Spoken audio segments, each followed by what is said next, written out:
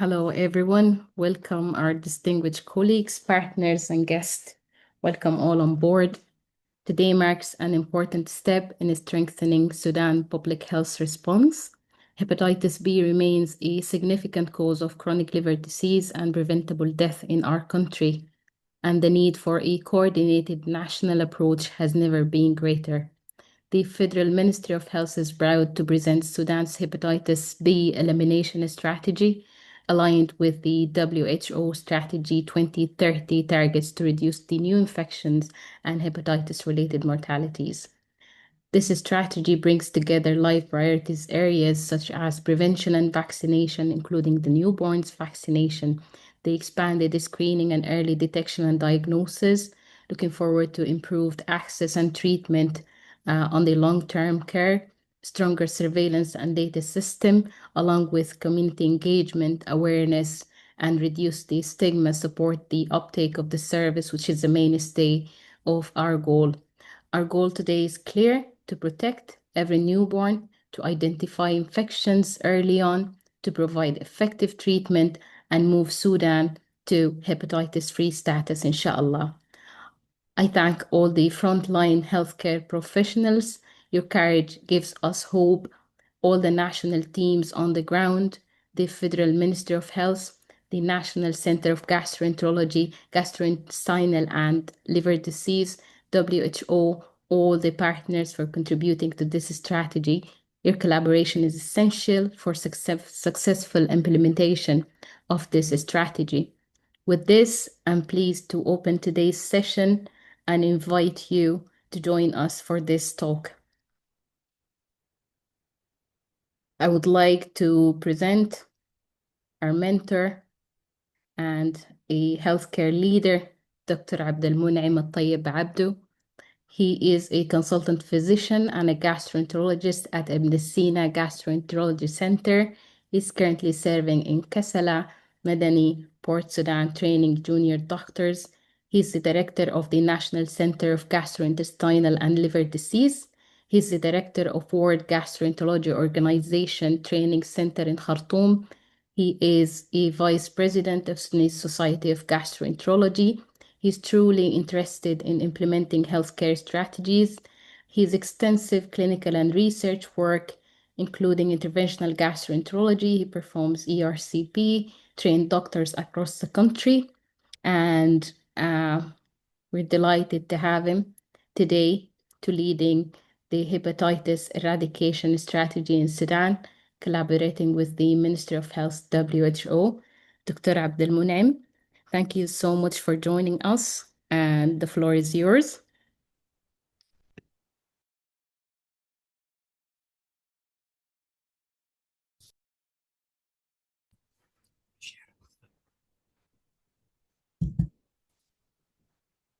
Thank you, Zilal, and for the nice introduction. And really, thank you for all efforts you are doing regarding health education, teaching. Really, this is a great effort, and we're happy to join this forum. I would like also to welcome all who joined us in this meeting, especially from our group Sub-Saharan Africa.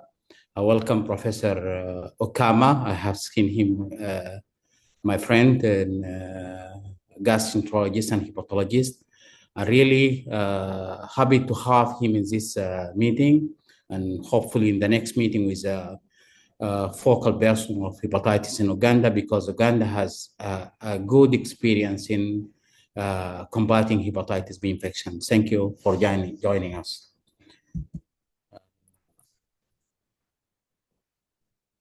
You see my screen? Yes, we do. Thank you, Dr. Abdelmunaim. Okay, so I will be speaking about why we are involved in hepatitis B prevention as clinicians, hepatitis B efforts before 2016, and hepatitis B efforts after 2016, and hepatitis B strategy development, and hepatitis B in wartime, and hepatitis B network working during wartime, and especially Kigali Declaration. So why, as a clinician, we are involved in hepatitis B prevention? First of all, hepatitis B is a major health problem, and hepatitis B is health threat in Africa and all all the world, and complications of cirrhosis and hepatocellular carcinoma is a major health problem. And really, the challenge is the low health care resources. In Sudan, there is no true prevalence, no true surveillance study, as mentioned by previous study in previous Saturday. Sudan is classified among highest prevalence, up to 8%. The exposure for hepatitis B infection counted up to 78%. And there is high exposure rate and high rate of occult hepatitis. This study we did with supervising Dr. Said in Sudan, and we look at the data at blood bank and 250 patients, and as you see, the exposure or positive hepatitis core IgG in negative ELISA tested blood is 42%. This make low risk of blood contamination, of course, and still risk factors, as mentioned in the previous. I will not stop on it, but these all risk factors and in our community. The risk factors from study we did by Dr. Siddiq, now is a fellow, maybe attending this. Common shaving machines, 56.5%, blood transfusion, 13%, sexual activity, 22%. And risk factors also reported by recent study from in Adbara, Kasala, Damer, the sharing nail clippers, 73%, and this is common practice in our country. Weeping in wedding, Begalin ceremonies, we call it Al-Butan, 61.5%, and family history of hepatitis B infection, 11.5%. So these cross-sectional study also done in Khartoum state in 2015, looking at the knowledge of the about hepatitis B infection, and found in this in hairdresser salons in barber, 50% doesn't know anything about hepatitis B infection, 19% doesn't know anything about hepatitis. Only 19% knowing about hepatitis C infection, and the knowledge about HIV, of course, 83%. And this is because of, I think, many efforts were done in hepatitis, in HIV program. Why we are interested in hepatitis B infection? Because we are working in a tertiary centers. We see suffering of patients, more than patients per week, 100 patients in our referral clinic. We see not less than 10 per week new cases of hepatocellular carcinoma. We see the suffering of these patients when they are coming. The deaths from the complication of hepatitis B infection, perception of stigma, work or study loss. Many of them, they don't permit them to work, because regulations are not so, I mean, there's no good regulations to protect them. And of course, the cost of investigations and treatment. And this is one of the big problems in our country. Social stigma, and I will not stop on this, and I think Sarah talked about many stories in the last talk. So, and the main driver, I think we are working as a national center on this. I think we accept positively accepting the criticism, because when we started in 2012 talking about liver transplantation, the first questions were, even by clinicians, by community physicians, why are you thinking about liver transplantation in a country with a high prevalence of tuberculosis malaria and hepatitis B virus infection. And we have to answer this question. We answer on it, and we accept the criticism in a right way, because our role, we look at the data from the Central Commissioner, we found that the most expensive intervention going through this commissioner is for people who are going for liver transplantation or complication of hepatitis B, like liver cancer, resection, or cholangiocarcinomas and others. And this is the most, yes, the lower cases of transfer outside the country from the GI, but the highest cost as well from the GI due to liver transplantation. So our role as a national center to find treatment for our patients, because expensive, not all, just 10% of the patients can go outside abroad to do liver transplantations. Others are dying because they have no money. They have no money to pay $40,000 to go for transplantation. And this is why we work 10 years and we achieve liver transplantation with the leadership of Dr. Gabora and his team and all the team, Salma, Hala, and Maha, Sarah, all the team, and Muntasir really work hard, 10 years sacrificing. We did the liver transplantation successfully. And I think Gabora is here and Sarah is here. Salma could be, all of them maybe here in this meeting. And in 22nd of July, 2022 is the liver transplantation based, but we didn't forget hepatitis B. We are doing efforts before 2016. And this strong lady, my mentor, Salma, did a lot of work before 2006, approaching the WHO, approaching the Ministry of Health before 2016 about hepatitis B virus drugs, hepatitis B virus investigations, to talk about the problems and should the Ministry of Health should do an effort in this. And of course, after 2016 is a turning point because the WHO started to look at the hepatitis B and announced the strategy is elimination of hepatitis B worldwide by 2030.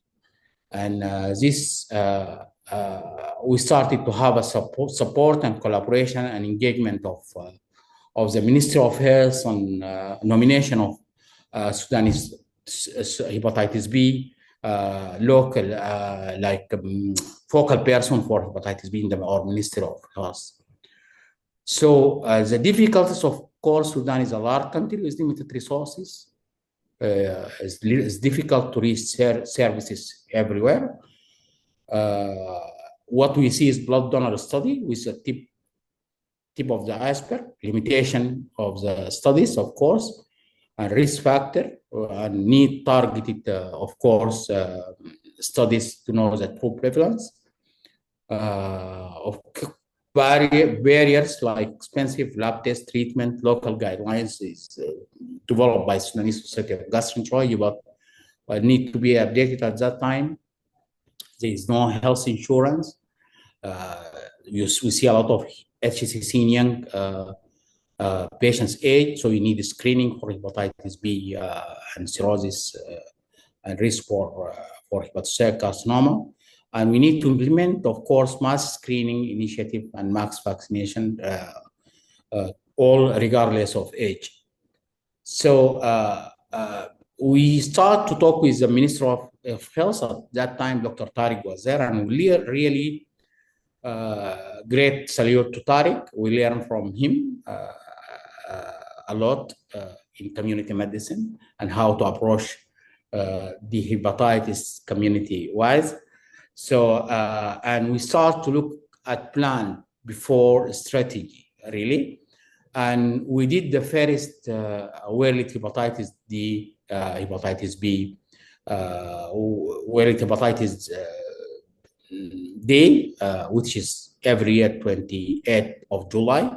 So we celebrated the first one, as you see this Tariq, and this is the WR. I think this me, and this Abu Garda was the Ministry of Health at that time, and this Professor Sulaiman Hussein was the president of the society, and there's the president of World Gastroenterology Organization. So with this strong start, we start to combat really hepatitis B infection from that time. So the plan was to work with the WHO and Minister of Health together, to working with actively with the national immunization program to include the first dose at birth, to encourage vaccination throughout the country, school children born before 2005, as the vaccination in Sudan is started in 2005, hepatitis B, but this excluding the zero dose. Medical schools, we sent letters to all medical schools from the society to vaccinate the student, health field worker, ensuring hepatitis B service teacher check, hemodialysis patients. We talk with renal units and pregnant ladies, and the establishment of hepatitis centers throughout the country. And this center encouraging voluntary free screening and testing. And we established centers in Khartoum and in other 10 states even, this before the war. This is centers in Khartoum where, and we did a many vaccination campaign in Bahia University, Fajr University, Khartoum University, in عيد باب بكر في الخلاوي كان عندنا. We visited Khalawi, many of these Khalawi, and we did screening and this published data. الهلالية في التلفزيون القومي. برضو we went to Sinnar as well.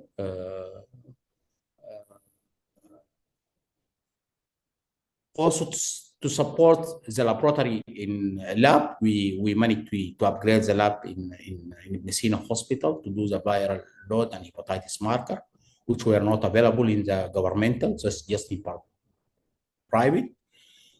We make the drug available. Actually, we approach directly Azal pharmaceutical company, and they produce Intikavir in Sudan after our request. And we started strong hepatitis B media campaign all over Sudan. As you see this, the late Dr. Muhammad Ibrahim in Madani and Muawiyah Balal. This Abu Bakr Shaddad from UK, he came and also participated. We encourage research in this field, activation of infection control unit in governmental and private hospital. This was one of the plan, and establishment of occupational health department in all hospital by Federal Ministry of Health. This was our like 3 or 5 years plan before development of strategy, and to start focus in employment law, to look about the employment law, and to discuss this with the Ministry Ministry of Foreign Affairs, and because they start to screen also foreigners, and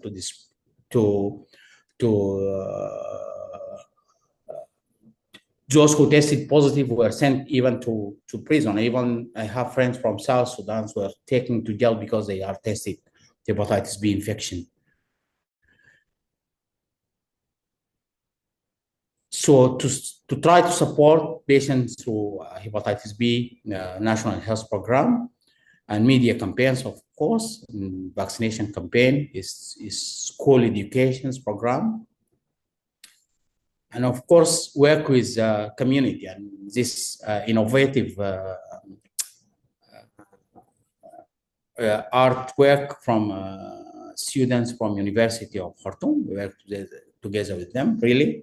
This were their work, and we did a marathon and some Friday prayer education campaigns in many cities, in Atbara, in Kosti, and also as well in our Sudanese Society of Gastroenterology. This part of our campaigns is in Kosti, Dr. Mohammed Tom, and these prayers, Dr. Ata, and Al-Fashir campaign, we did campaign in 2022 in Al-Fashir. Was very successful campaign, 11 November 2022. And of course, in 2015, 2022, after nomination of hepatitis B focal point,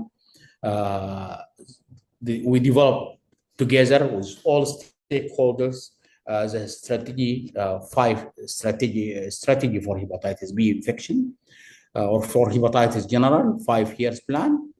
And by now, it should be updated. Actually, we are now going to 2026. And is endorsed by current Ministry of Health, and this previous WR, Dr. Nemo, was attending the strategy. And even the costing of this strategy were done, putting the priorities. And the total cost, as you see, $161 million and something. And of course, Sarah will speak about this, about the strategy in details. But I can say big success of this strategy. Yes, we didn't do the first pillar, which is the true prevalence, which need money and need support by the international stakeholders. But we managed to get, after a long, tedious process of maybe more than 3 years, before the war and after the war, the efforts of the hepatitis B focal person, all stakeholders, NITAC committee, Pediatric Society, Sudanese Society of Gastroenterology, and of course the fantastic vaccination team. I'm very impressed by these young people working in this vaccination program in Sudan. Really, we have good experts in this field, and really hat off them. And good news that the vaccines for the first dose of birth is there. Sarah will speak more about this. The war came. After the war, of course, many problems, and we face many more problems after war, of course. And if you see the first days of war in Messina Hospital, the hostel of nurses. So the hepatitis B in time of war, the migration, of course, of all, because there is no drugs at all. Before this, we have the Hibacure. We did effort to get tenofovir in, but after all, we have nothing really.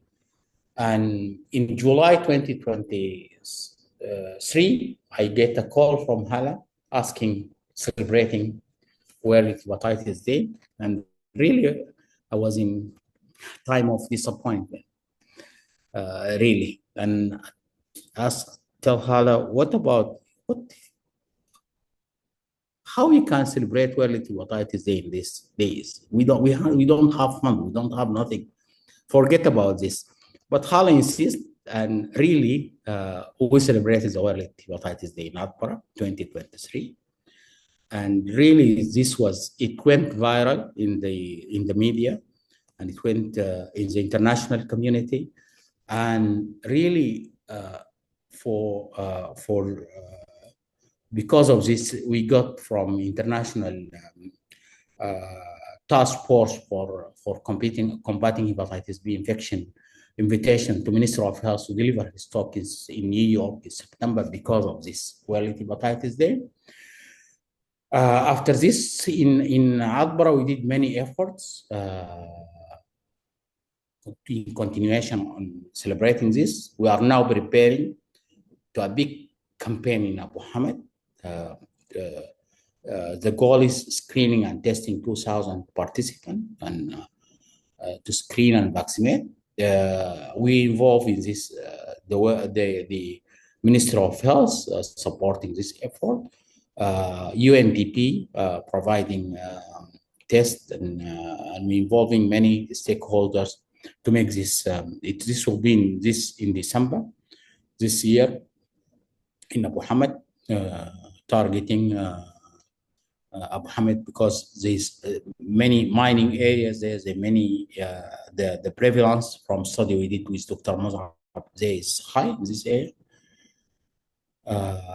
We open a center in free testing and vaccination in Atbara. World Hepatitis Day in Kassala 2024. This went very well also as well.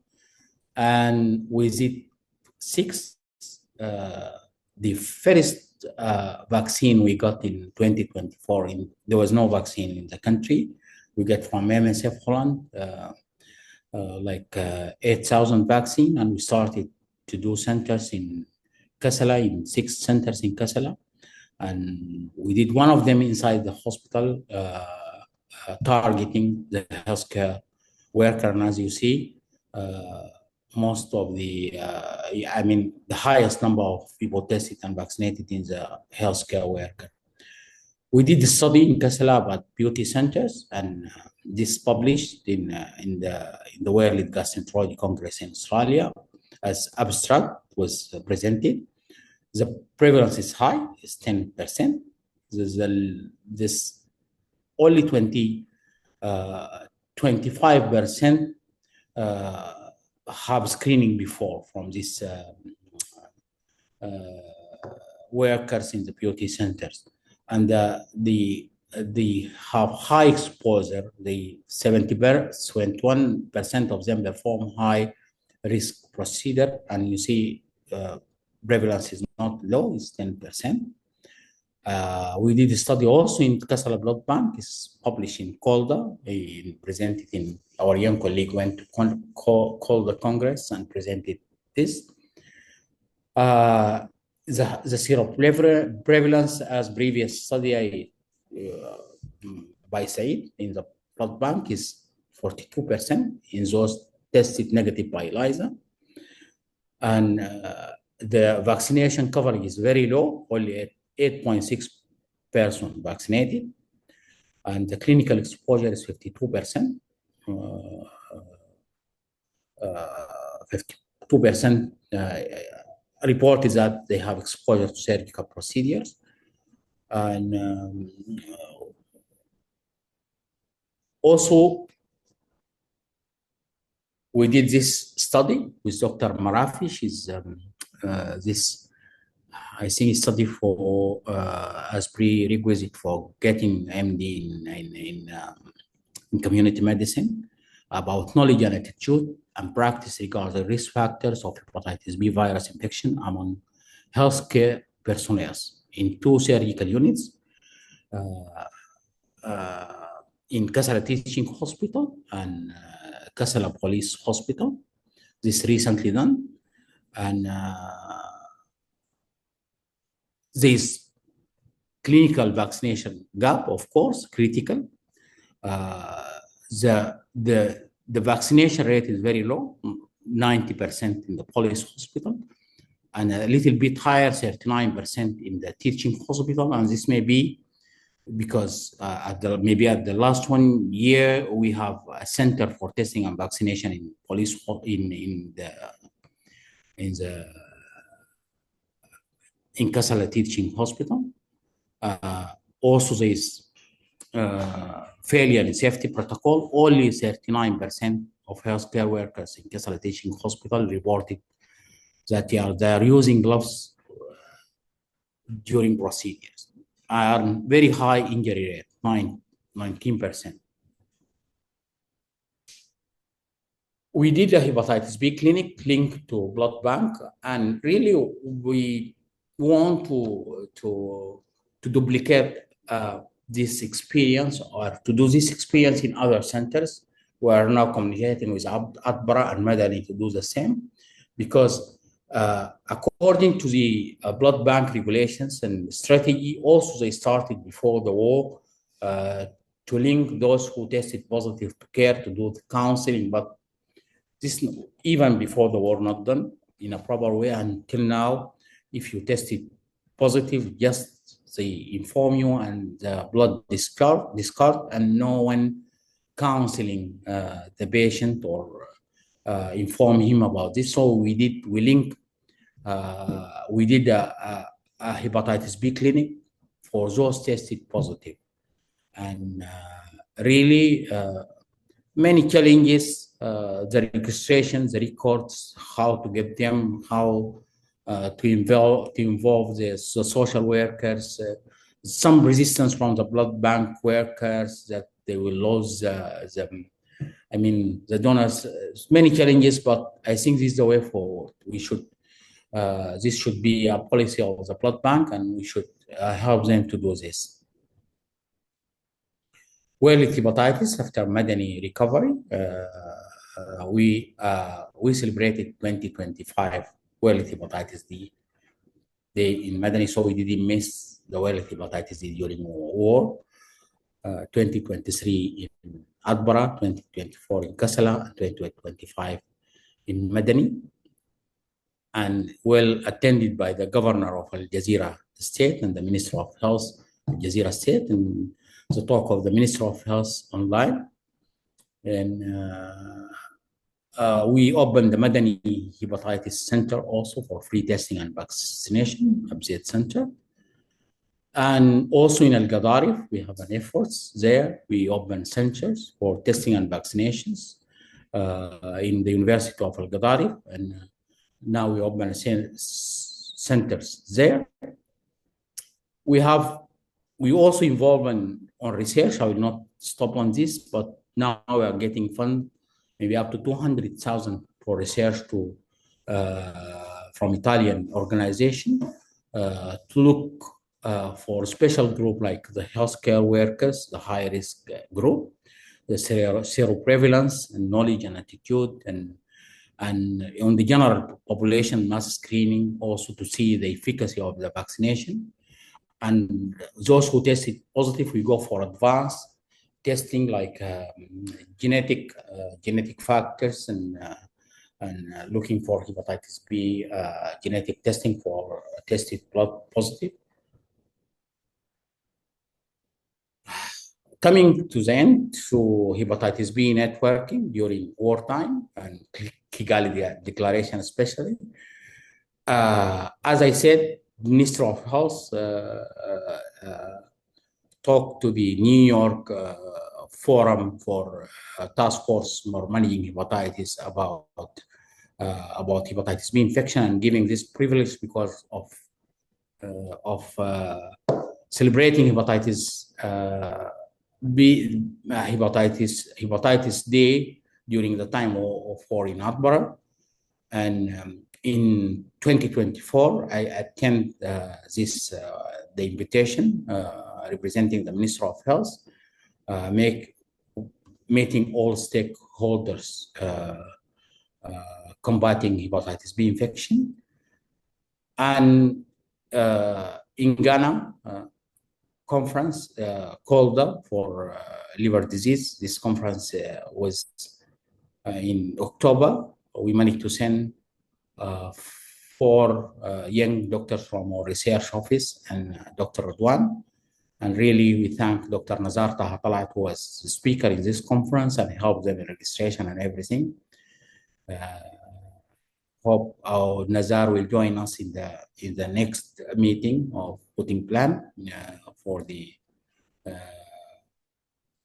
for combating hepatitis B infection, and I hope to see him in this effort.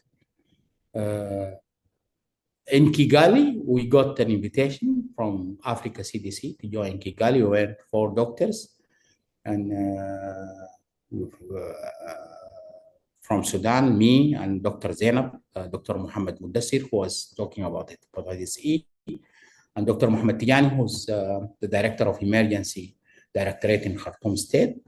And really, our doctors, our friends from South Sudan in this conference as well. You can see them. We have a good time and discussion, sharing the same problem.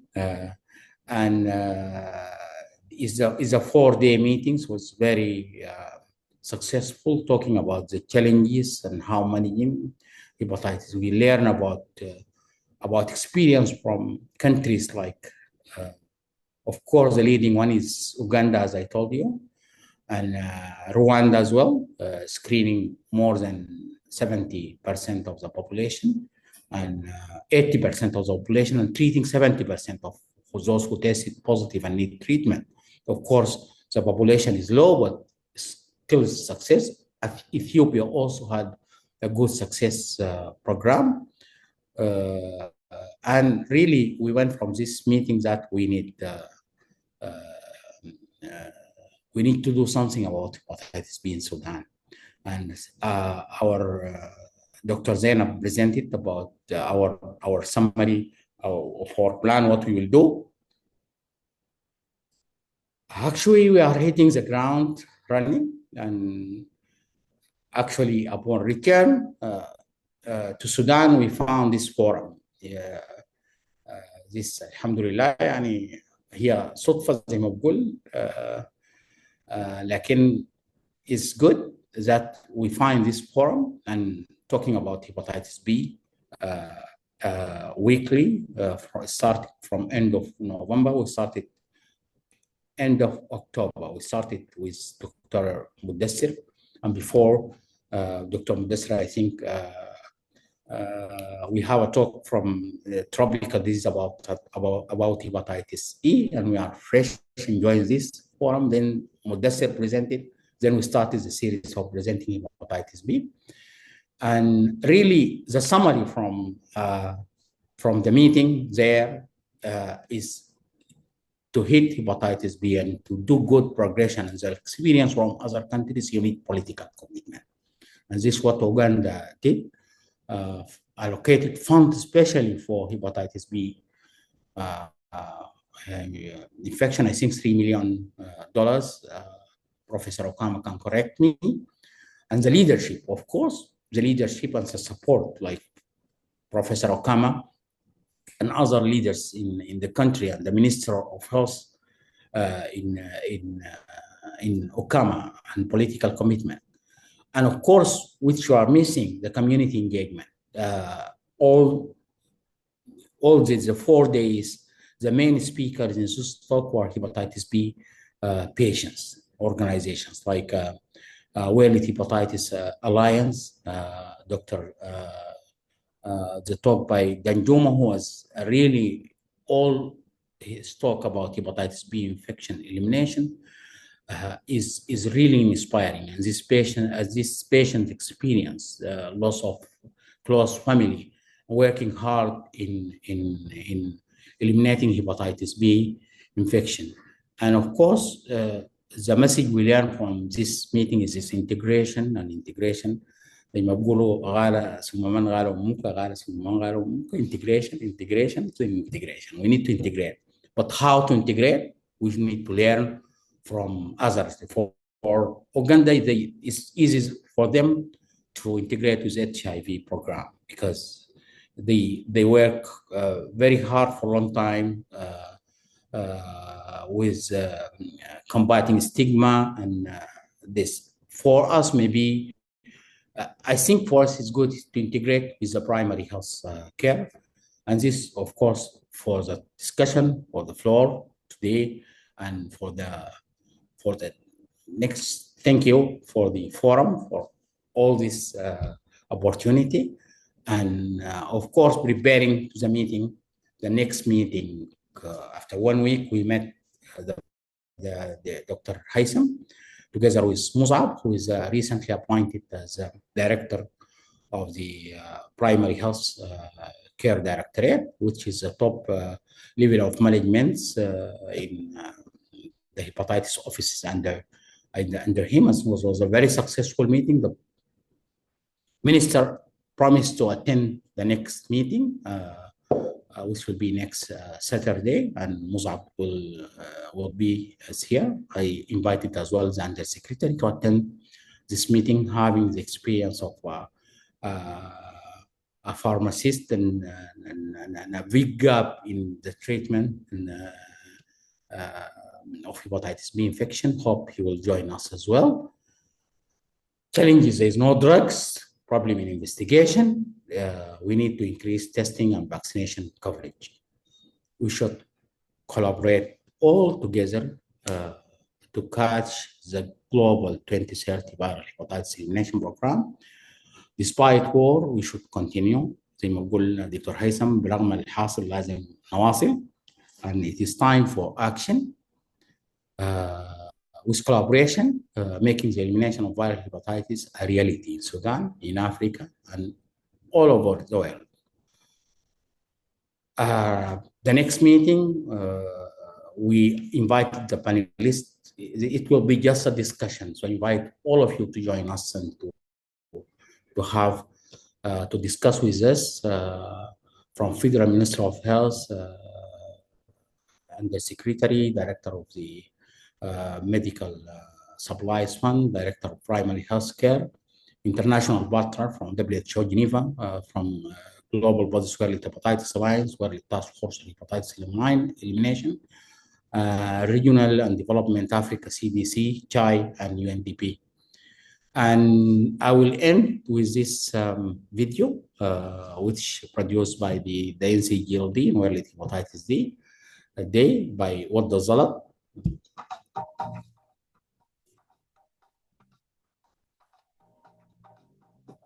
بالنسبه يا اخوانا احنا زمان من الحله دي ولا شنو؟ انا بظنك لاي سلام الله ما بيقولوا لي ده ما من الحله دي. هذا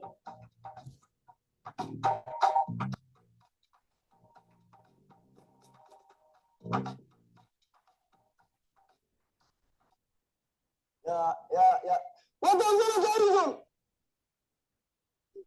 مجدي يا مجدي مجدي يا اخي يا مجدي يا اخي مجدي تشني يا ولد الزلط تشنو؟ الحله دي فيها كوره شديده. الحله ما فيها موضوع.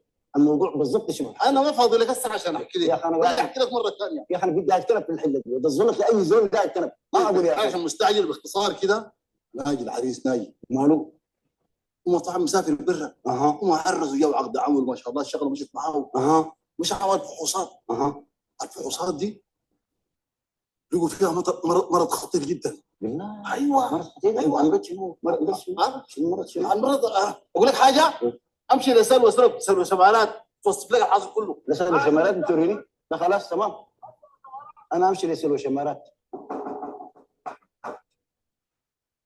سلوى شمالات انا ما في زول بديني في الحقيقه في الحله دي غيرك انت. انت الوحيده في الحله دي تدري الشمال. اسمع قلت لك والحاصل شنو؟ بالضبط. معقول انت ما عارف الحصل كله شنو؟ اسمع فركشه؟ ليه؟ هي العريس طلع عنده كبد فيروسي. كبد الفيروسي بالله. لكن ما داري اقول لك كلام. شفتي قصه تمشي الكوافير كلكم مع بعض كده تركبوا الزمامات تعملوا التاتو ده ذاته ينقل المرض، ده ذاته ينقل المرض. سجلنا. ايوه انا داري اقول لك كلام. المرض ده بالمناسبه في طريقه تمشي تفحصيه، ناس تفحص المرض ده. نمشي نبحث نحن؟ ايوه في تضعيف، في فحصيه وفي تضعيف. لا لك الحاجه بالصلاه والله يسوق انه نمشي نبحث طوالي بيري بركه ما مشينا.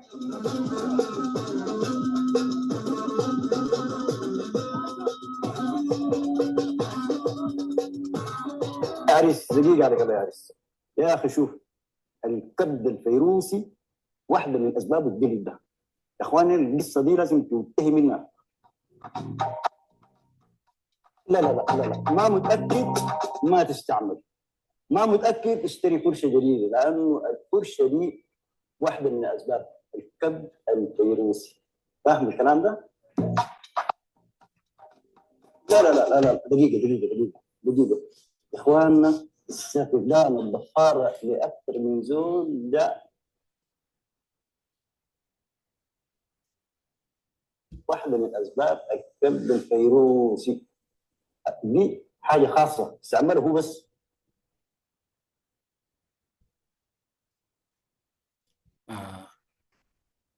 انا ايولنت هنا حقيقه الفيرشن دي بتاعت الفيديو مغيره شويه. انا بننشر الفيديو الفيرشن الجديده هو الضفاره ممنوع تشارب.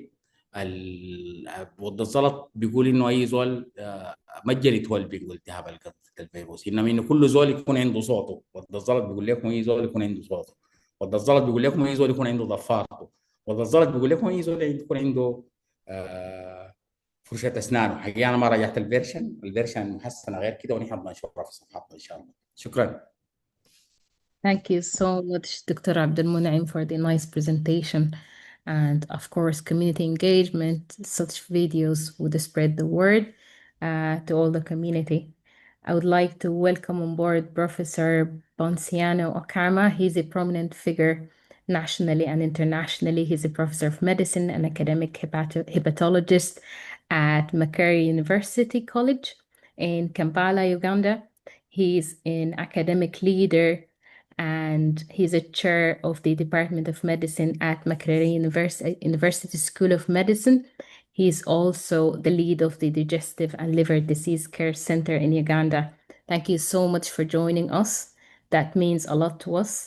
And I would like to welcome on board Dr.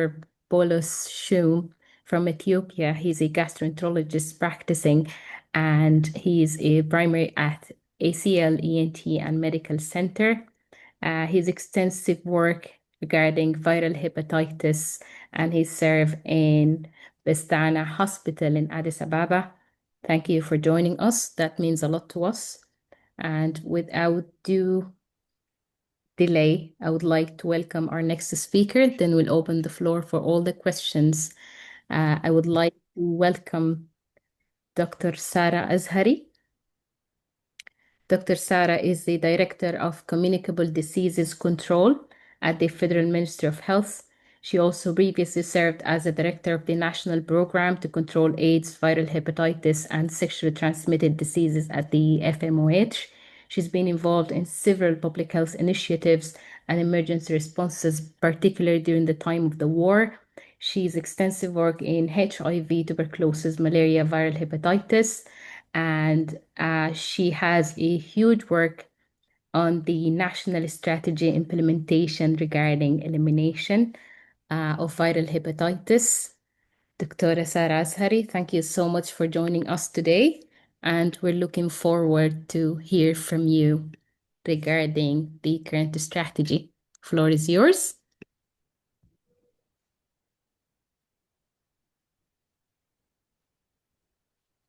Thank you, Bilal, and good evening, everyone. I am actually very delighted to join this platform. And before I introduce myself, and thank you for the very nice introduction, Zilal. Let me remind us all that we need to pray for Sudan every minute because it is very challenging to speak about health in the midst of war. We have seen a very devastating war affecting all developmental efforts encountered in Sudan with a great job from everyone. We saw really devastating context following the war. So we hope Sudan will gain its security and population of Sudan will get their maximum status of health that they need. They deserve to enjoy actually, and they deserve a better life. And these all efforts are for the Sudanese population. So thank you again for inviting the Federal Minister of Health to join the platform, as we are always advocating and encouraging the engagement of all in health issues, because health is not the mandate only of the Federal Minister of Health. It is a mandate of all, since we are having a very cross-cutting and different factors that is directly or indirectly contributing to health issues. And let me also welcome all of the participants in this forum, nationally, international experts, and everyone who is joining, listening. you are very welcome to hear the response and to hear maybe the knowledge transfer from Sudan's efforts regarding hepatitis. And also a special thanks for Dr. Abdelmunem and his team in the National Center of Gastroenterology. And actually their efforts were tremendous before the development even of the strategy, or before even the whole world recognized hepatitis as a threat for health, as it is very recently, by the way, recognized by the international community, and the first international strategy was developed in 2016. So our experts and our national experts and we call it the Center of Excellence for the Center of Gastroenterology. Actually, they did a great job, and they were actually calling for the response of the country to work hepatitis, as they were seeing the patient and the complication at a very younger ages, which is really painful, and the good thing that hepatitis can be prevented, and prevention will really make a difference in people's life. So my presentation will highlight the maybe the epidemiology of the at globally and at the country, and the strategy. I will also detail the strategy and the objective of the strategy, and also the efforts have done till now. So I will start by the agenda of this presentation is the introduction and of the global and regional picture, Sudan context, country response, and the way forward.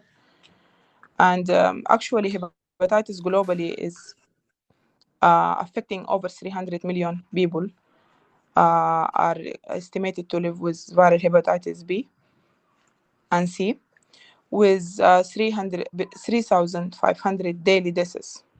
Mortality due to viral hepatitis causes 3,500 deaths each day and 1.3 million deaths annually, making it the second leading infectious cause of death globally after COVID. And this is from a very recent report for the WHO. It is just came in this 2025.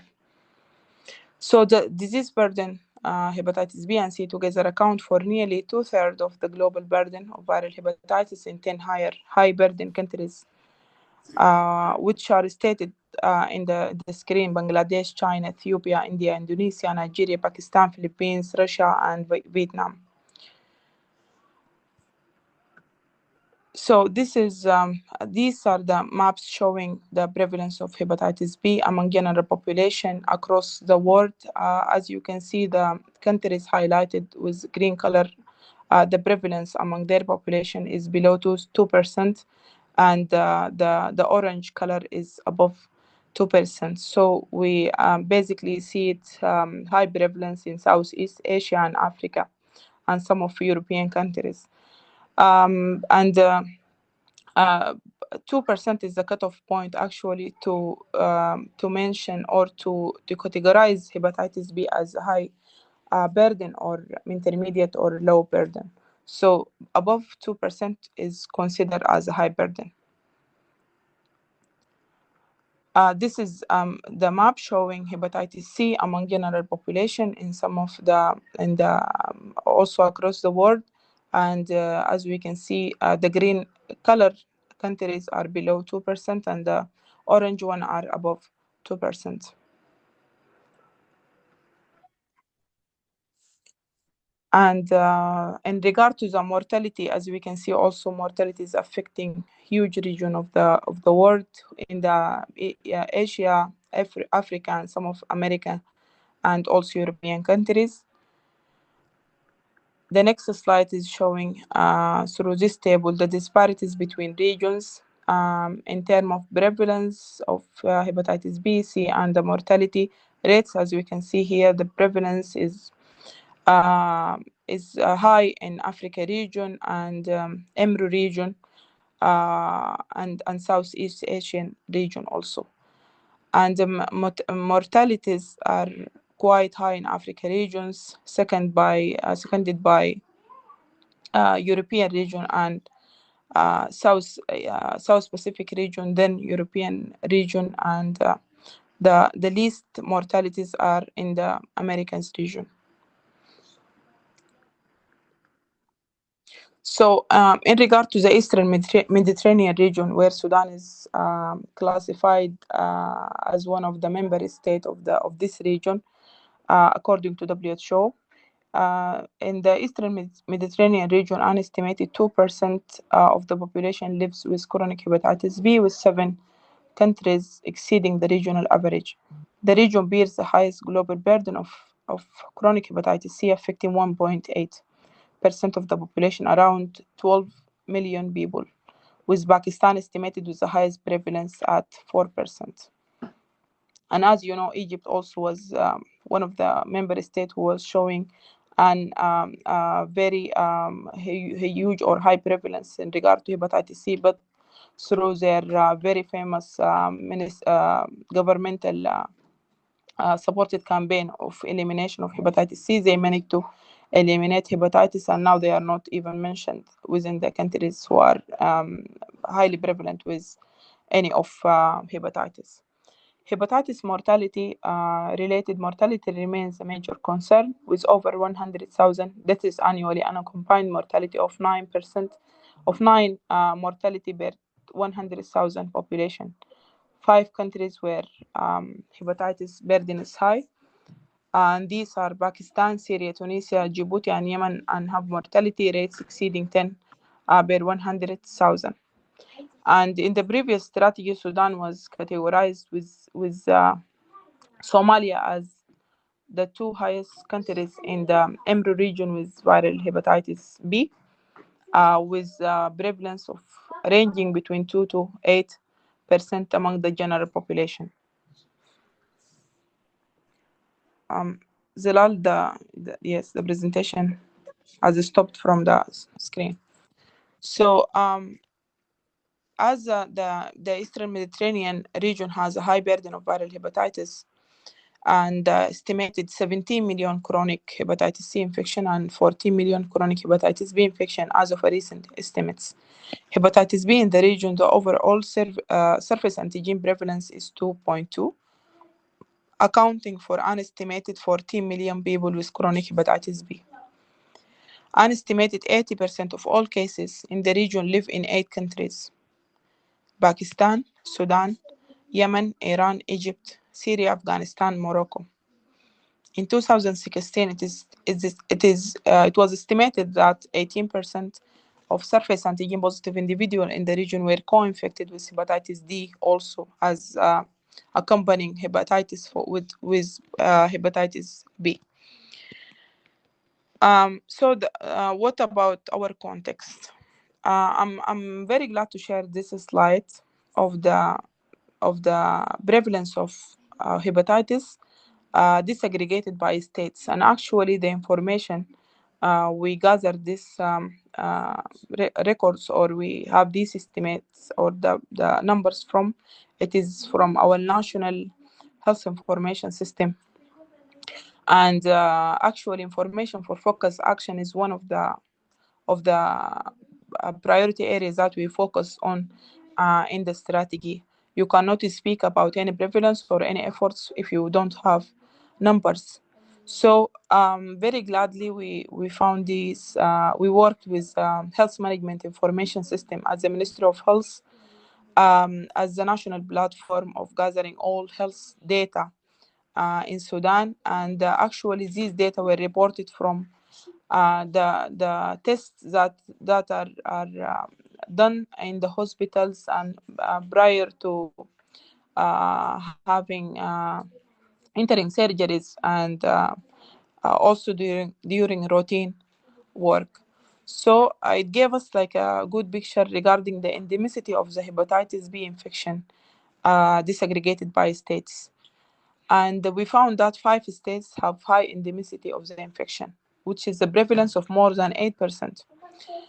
And these states are Central Darfur, East Darfur, West Kordofan, Blue Nile, West Darfur, in order of decreasing and West Darfur in order of decreasing burden. And we start with the highest, and West Darfur is the least among these.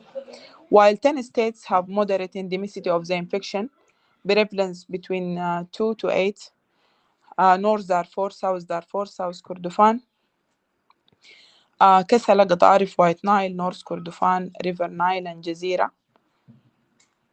And these are we call it a moderately prevalent hepatitis B. This entails that 15 states have high or moderate endemicity of hepatitis B infection out of 18 states. For hepatitis C, the endemicity of hepatitis C infection, 9 states have high endemicity of infection, a prevalence of more than 2%. And these states are East Darfur, West Kordofan, River Nile, South Kordofan, West Darfur, Jazeera Sinnar, White Nile, and South Darfur in order of decreasing endemicity, while 6 states have moderate endemicity of the infection. Prevalence is between 0.6 to 2%. And these are Central Darfur, Gadarif, Kassala, North Kordofan, North Darfur, and Red Sea in order of decreasing endemicity. And this is telling that 15 states have high or moderate endemicity of C from the total 18 states.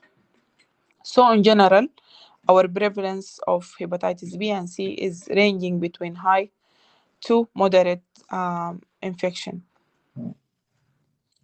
moderate prevalence. So the strategies that the whole world now is directed by, and the effort and the response are toward the global health sector strategy to eliminate viral hepatitis, AIDS, and STIs. The strategy is aiming to reduce new hepatitis infection to 520,000 cases annually, and hepatitis-related deaths to 450,000 by 2030, which represents a 90% reduction in incidence and 65% reduction in mortality compared to 2015.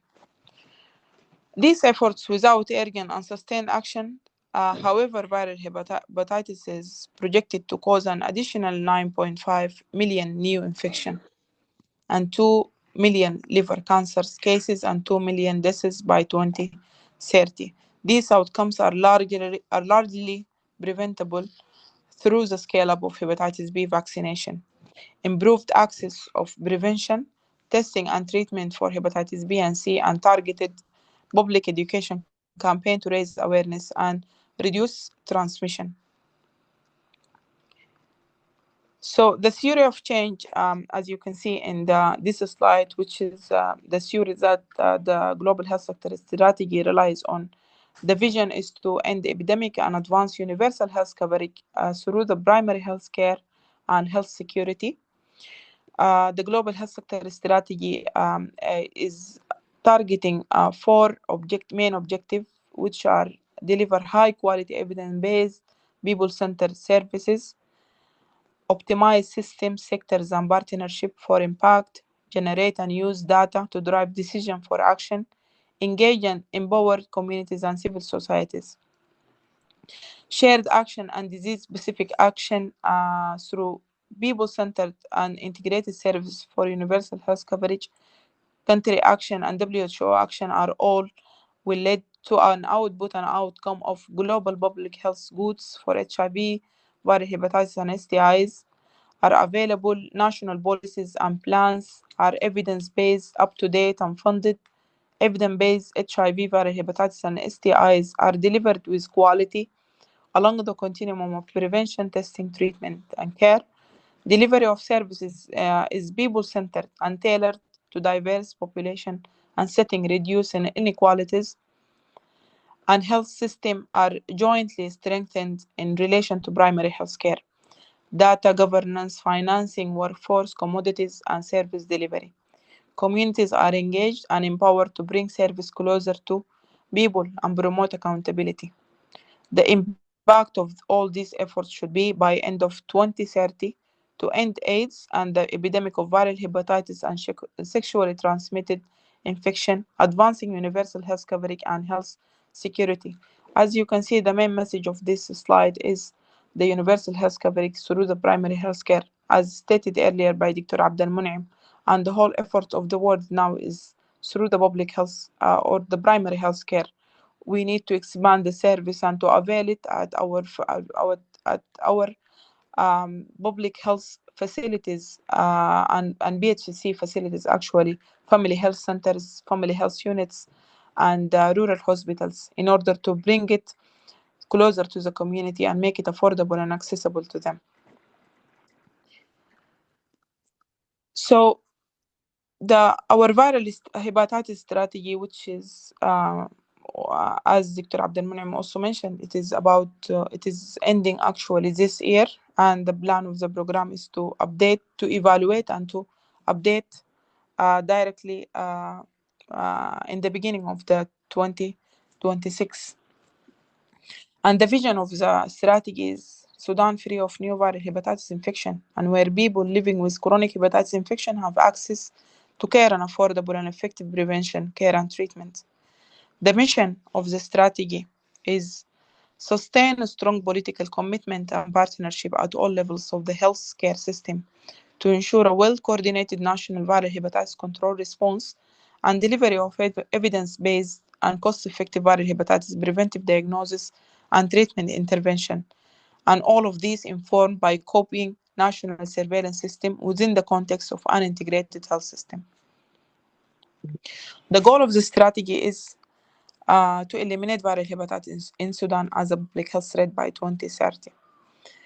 We worked around 9 strategic objectives, and these are directly speaking to our needs, because strategies are done following thorough situation analysis and considering the context, the country context.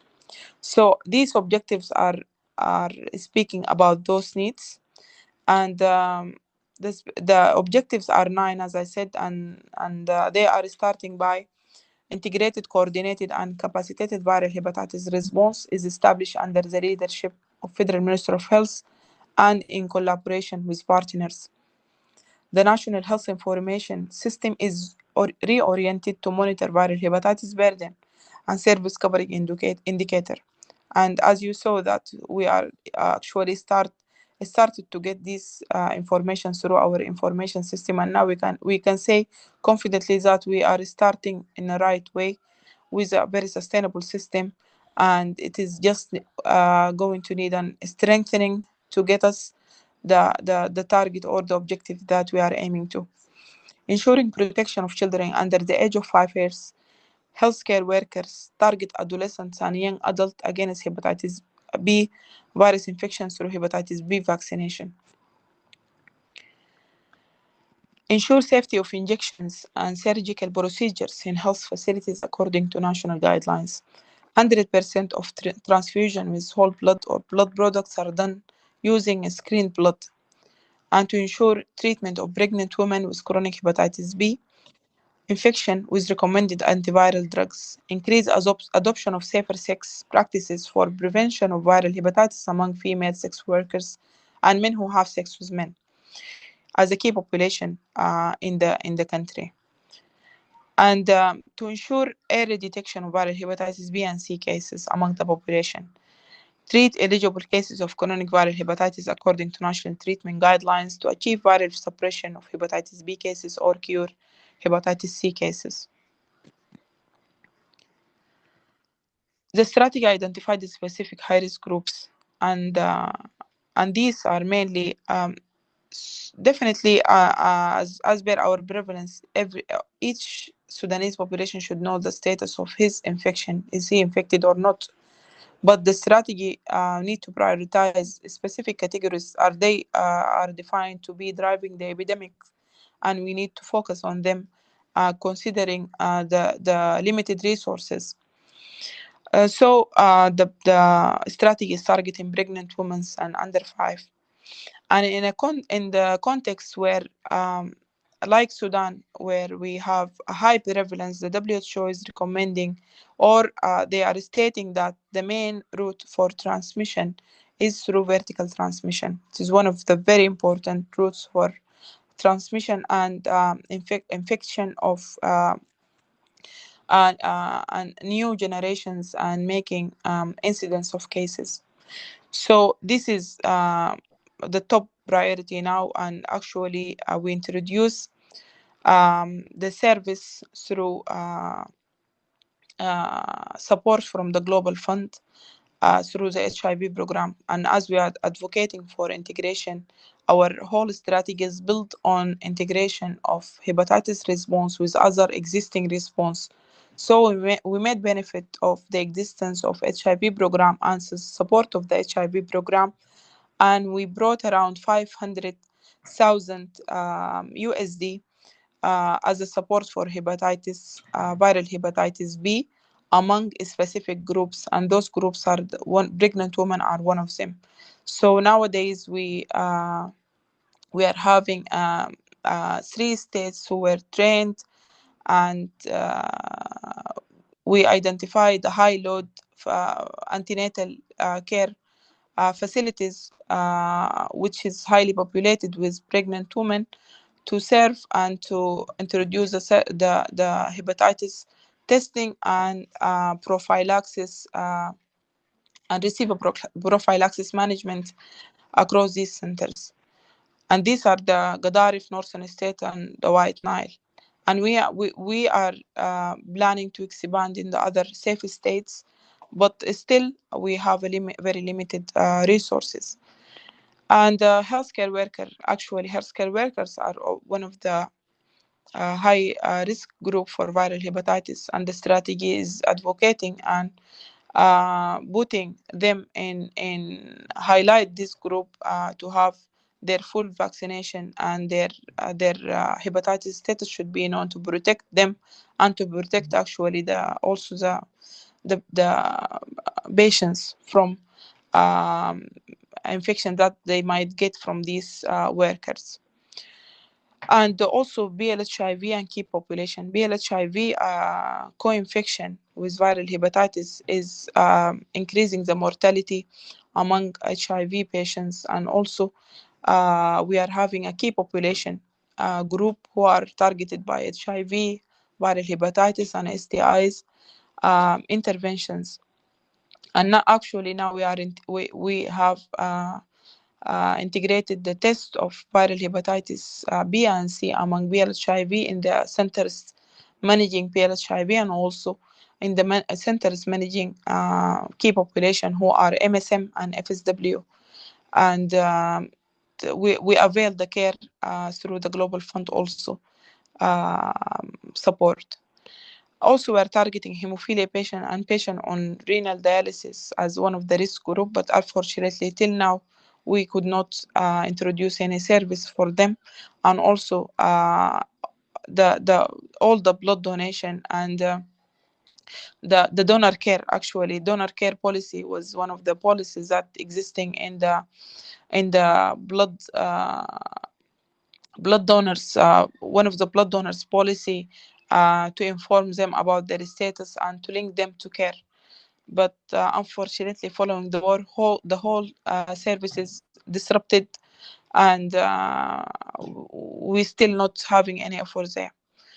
And thanks to Dr. Abdel Munaim, he mentioned some efforts are now done in some of the states.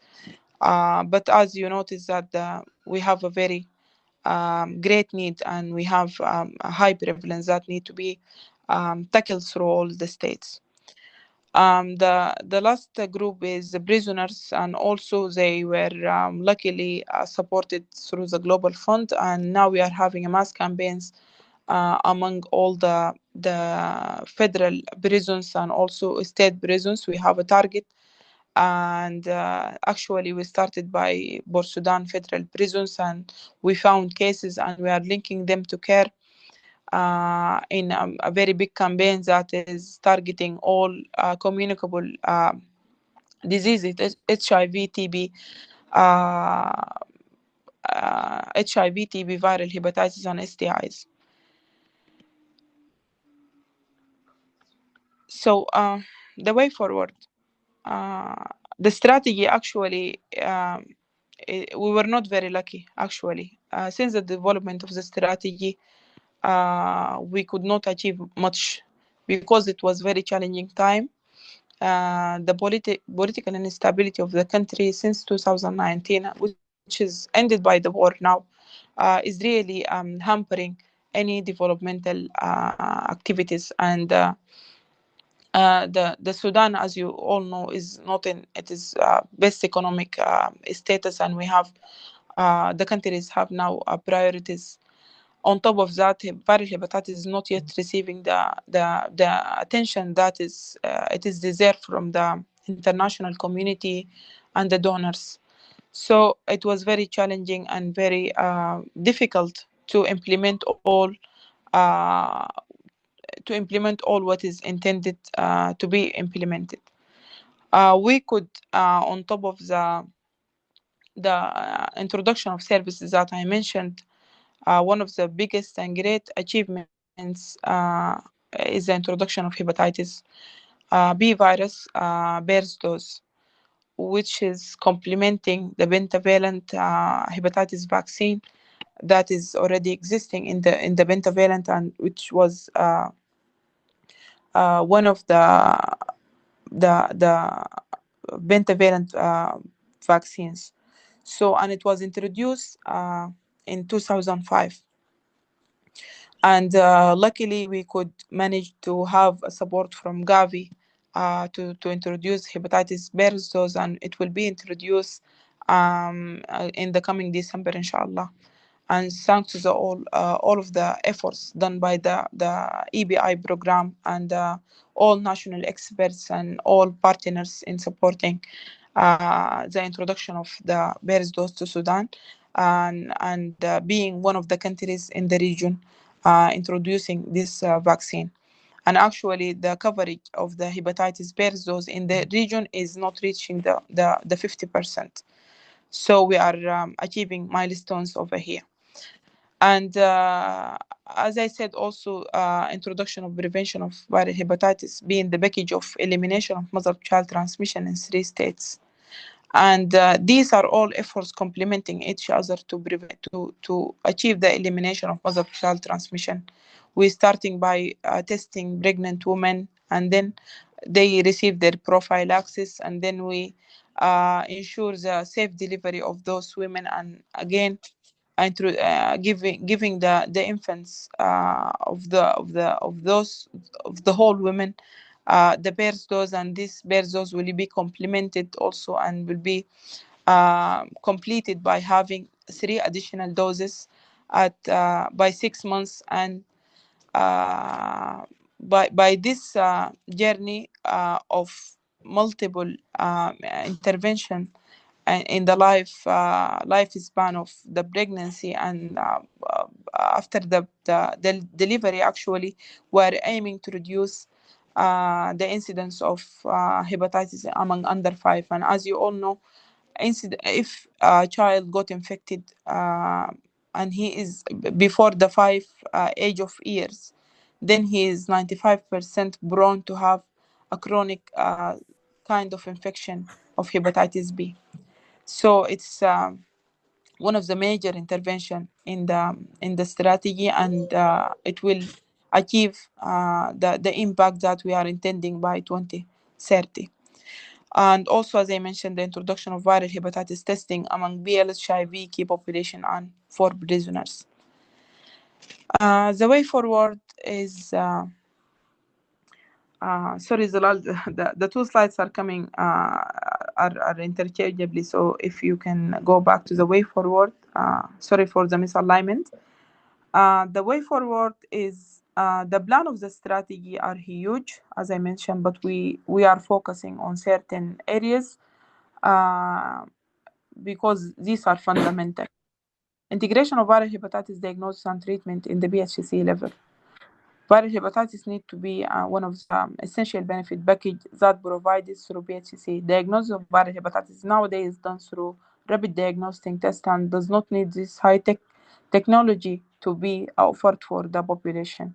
And also WHO is now facilitating the eligibility criteria and making eligibility is less challenging for people to achieve by having less kind of investigations and less required workup. So before the new introduced WHO guidelines, maybe the need for confirming the eligibility for someone was really costly, and I think was really now a great step and milestone in bringing more people to care. So our plan is to integrate in the BHC and to strengthen viral hepatitis information system by getting all the information needed through all the facilities providing hepatitis services, public or private sector, and to be reported through the national information system. If you don't have information, you don't have response, and you cannot read what you are planning and what you are doing. Availing affordable viral hepatitis commodities, and here I mean diagnostics and also treatment, and it is one of the biggest challenges now, and especially following the war, after we lost the local manufacturer for the antiviral of viral hepatitis, and it is needy. It's of great need to have these diagnostics and a good quality one and a trusted quality of treatment to be in the country, availed for the population, affordable and accessible. Decentralization of hepatitis services is the ultimate goal, is to avail the service along the chain of care from the community till the tertiary level, and also to integrate the service. For the integration of the service, we are having a community health strategy targeting communities and to availing the service and to fill the gap of the facility based services through the BHC. So the community, one of the packages that we agreed to put is testing of viral hepatitis through RDTs by those community health workers. And the whole world now is expanding and is achieving universal health coverage by engaging the community and making them empowered to deliver the services and to find cases and to refer cases to the intended health facilities. I believe this is my last slide, and the last words I want to say that the health and it's the mandate of all, as I said before, and I believe everyone's role is very important. As I know that this platform is attended by students, is attended by registrars, is attended by consultants and experts. We need to have an information and to strengthen this part. And actually, the Federal Minister of Health is advocating for the engagement of all and to have a one language that speak for a response of the disease. We encourage all type of researches. We encourage all efforts to serve for the national strategies, and actually the strategies are not only for the viral hepatitis, for all communicable disease, are welcoming all the actors to put their inputs and to put their something.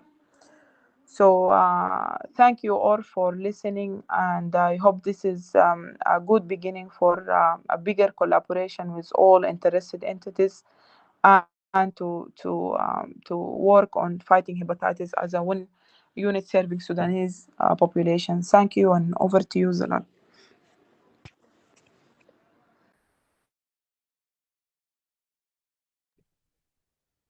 Thank you so much, Dr. Sarah, for explaining the current situation, epidemiology, and plan and strategy which aligns with the WHO 2030 targets to eliminate hepatitis. This will be achieved by such talks and by such presence. Thank you for all the participants, locally, nationally, and internationally. Your presence means a lot to us, and the change in the health system will start with similar talks. We need to expand the screening, early diagnosis, implementing the strategy, surveillance, and data system, and we'll take it from there, inshallah. I will open the discussion for the floor. Just few tips before we start. Please try to speak in English as much as you can. And of course, we need to keep it short and nice to give chances to other people to participate and reflect on their own experience and practices. Everyone who wants to participate, please raise your hands and we'll try to give equal chances to all the participants. Thank you again for listening and looking forward to contributions and discussions.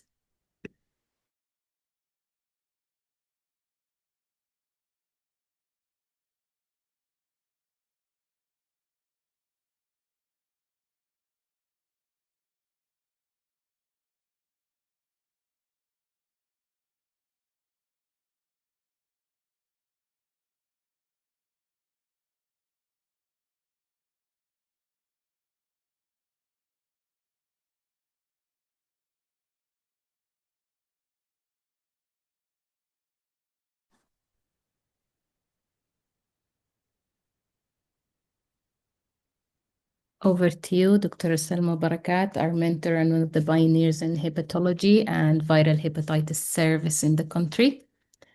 First of all, Zilal, I congratulate you for organizing this meeting. We are very lucky to have this forum, and I was really involved in this fight for a long time, being people who treat these patients,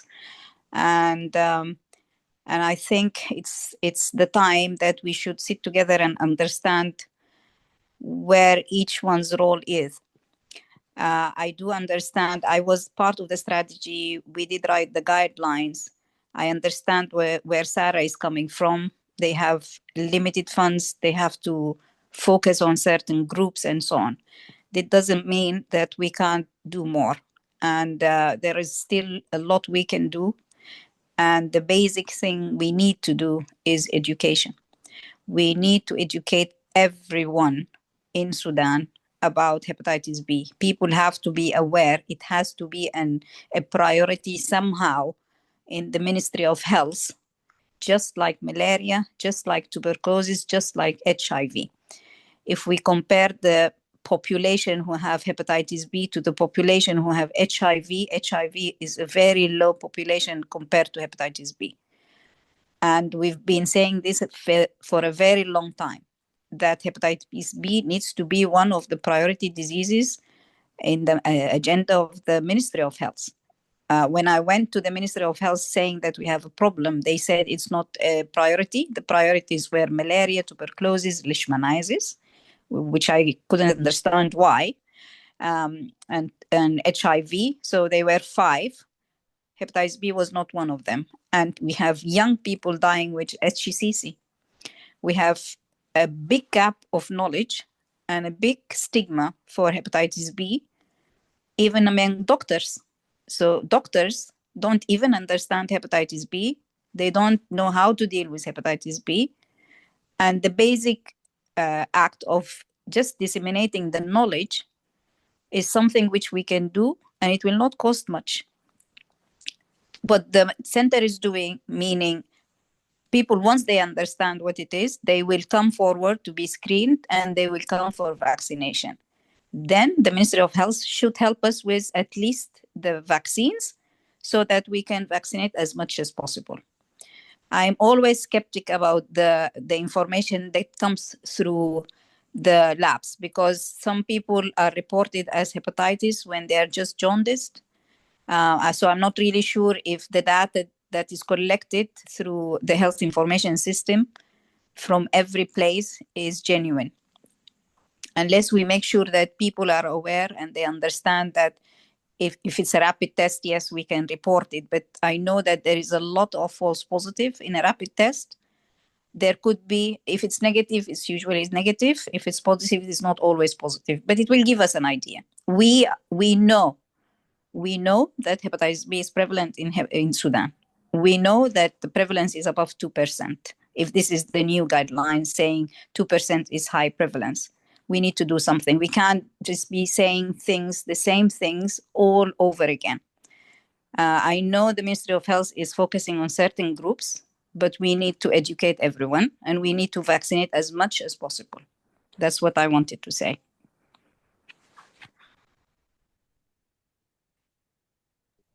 Thank you so much, Dr. Salma Barakat. And as I mentioned before, such talks would highlight the importance of viral hepatitis as a huge burden on the health system. This has to be broke down and it has to end now by establishing strategies. I would like to welcome Professor Okama. Feel free to unmute yourself, Professor. Thank you. I think I have learned so many things that is happening in Sudan. And I think you are on the track to, to eliminate hepatitis. Of course, the war has been a stumbling block. We've done quite a bit of work. We just completed writing the national guidelines for hepatitis, the revised WHO guidelines, and now we have established hepatitis B birth dose for every baby born in the country, and again with the support from Gavi. This started in August this year, and we hope that we shall be able to reach the target by the WHO strategy. And you are doing very well. We hope that things will continue working the way they are now with the annual generation. Happy to see that move on up. Thank you for organizing this meeting. And we are going to be working together with this. If there's any need for help, we are ready to continue supporting Sudan to achieve the goal. Thank you so much. Thank you, Professor Kama, for your kind words and support. And of course, similar experiences in regional countries with kind of similar situation will help us to guide our strategy and implement it. Thank you so much. Dr. Shum from Ethiopia, if you'd like to tell us about similar experiences in a dearly friendly and neighboring country, feel free to unmute yourself.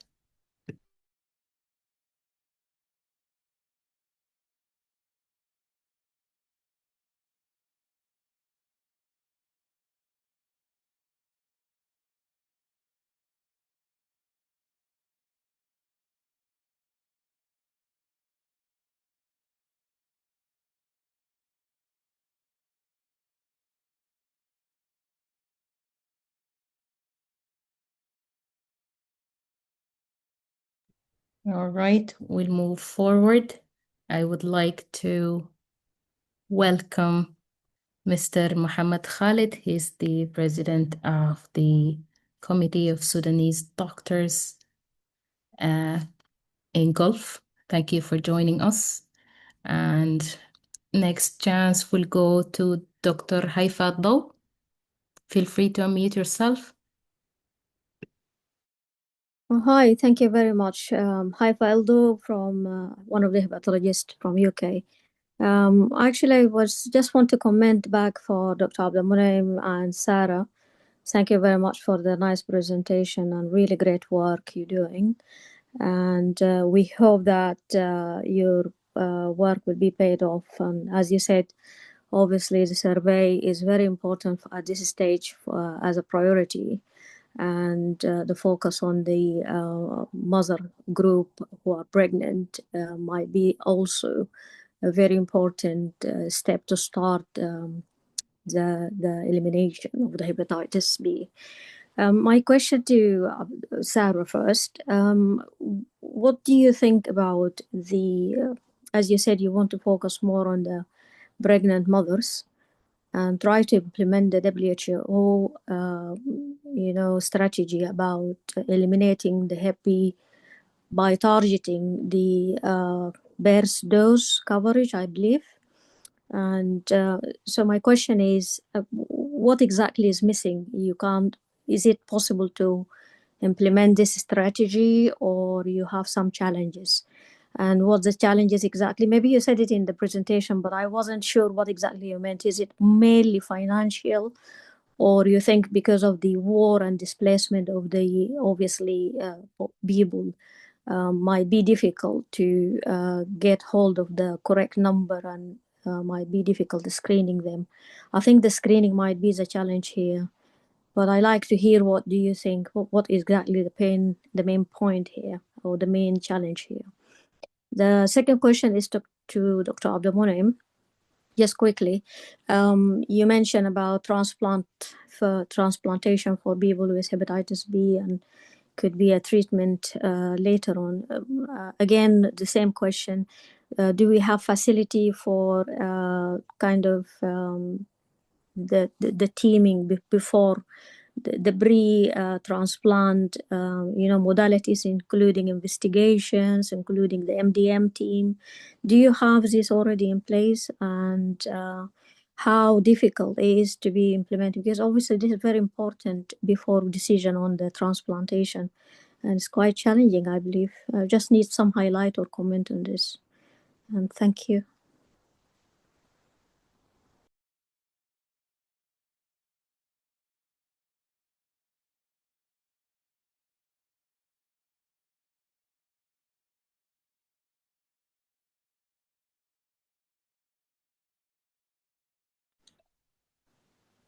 Sorry, could you hear me earlier? I can't hear anything now. سامعينك لكن احنا we hear you very well, but we need from the Zilal how we will continue. We'll answer the questions or we.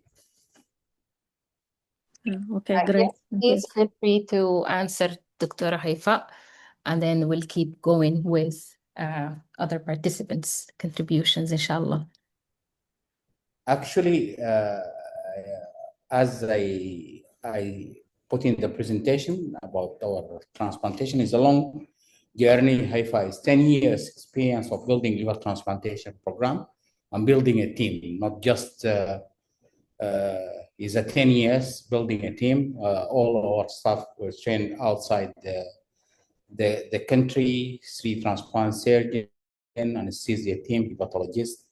And most of the team, maybe you join us lately, but Selma, part of the team, Sarah, part of the team, Hala, part of the team. They are outside the country now, but they were part of the team.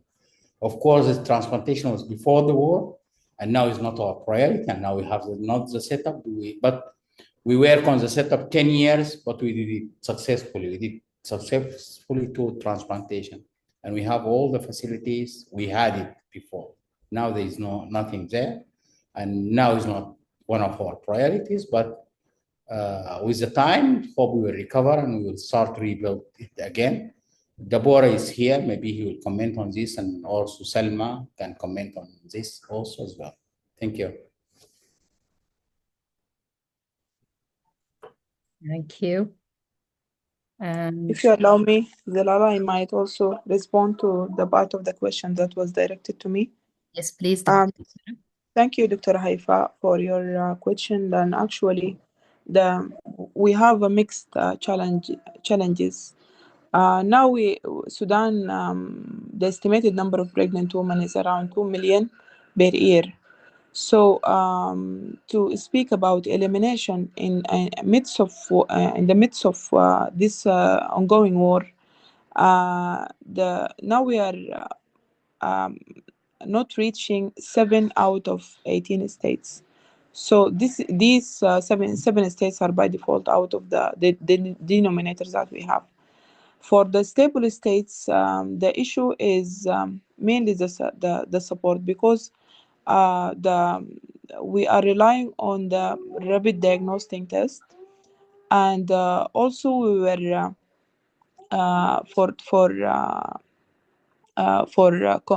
for testing, we use the RDTs, and then we also at some of the states where we have Gene Expert, which is a machine that can detect the viral load, we do viral load. So these are mainly supported by the Global Fund, and the Global Fund are not we don't have these much targets that can achieve for us the elimination. So yes, it's mainly the support of the commodities that we cannot speak about any service if we don't have these commodities in the ground and we can use them actually. And we might also face another challenges in regard to the routine services and the rest of the health system challenges. But again, I can see it as a major thing, because other things we are dealing with them day to day, and we are trying to strengthen our states to introduce these services and to keep doing the services for the population. But yes, straightforward, it is the support of the commodities and the treatment, definitely, because these are purely now supported by the Global Fund. Thank you. Over to you, Zalal. Thank you, Dr. Sarah, for clarification. I would like to welcome Mr. Abdulrahim Dabora. Proudly, he's the very first hepatobiliary surgeon in Sudan. He leads the very first and the second liver transplant successfully in Sudan right before war. His huge contributions in regards to hepatology and hepatobiliary. We're happy to have you with us, Mr. Dabora.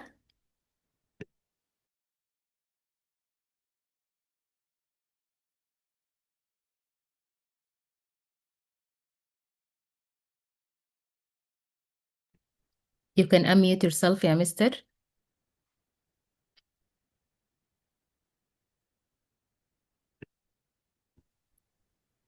Assalamu alaikum. Wa alaikum assalam wa rahmatullah. Welcome. So thank you, Dr. Zilal, and for this opportunity, and excellent talk by Dr. Abdulmunim and Dr. Sarah. I'm very happy to be here, and I'm a liver surgeon, so I should be here. I have a special or interest in hepatitis B. But before that, I will just tell Dr. Haifa briefly about the liver transplant program in Sudan before the war. It was a really well-established liver transplant team. Almost we trained more than 50 person in liver transplant over maybe 5 or 6 years. We were doing that, and we successfully did 2 transplant, and then the war started. I just want to reassure her. And most of these people working the team now, they are working in a liver transplant center all over the world. Most of our team, they are joining liver transplant program in the Gulf in many areas. Anyhow, hope things will settle down and we restart again.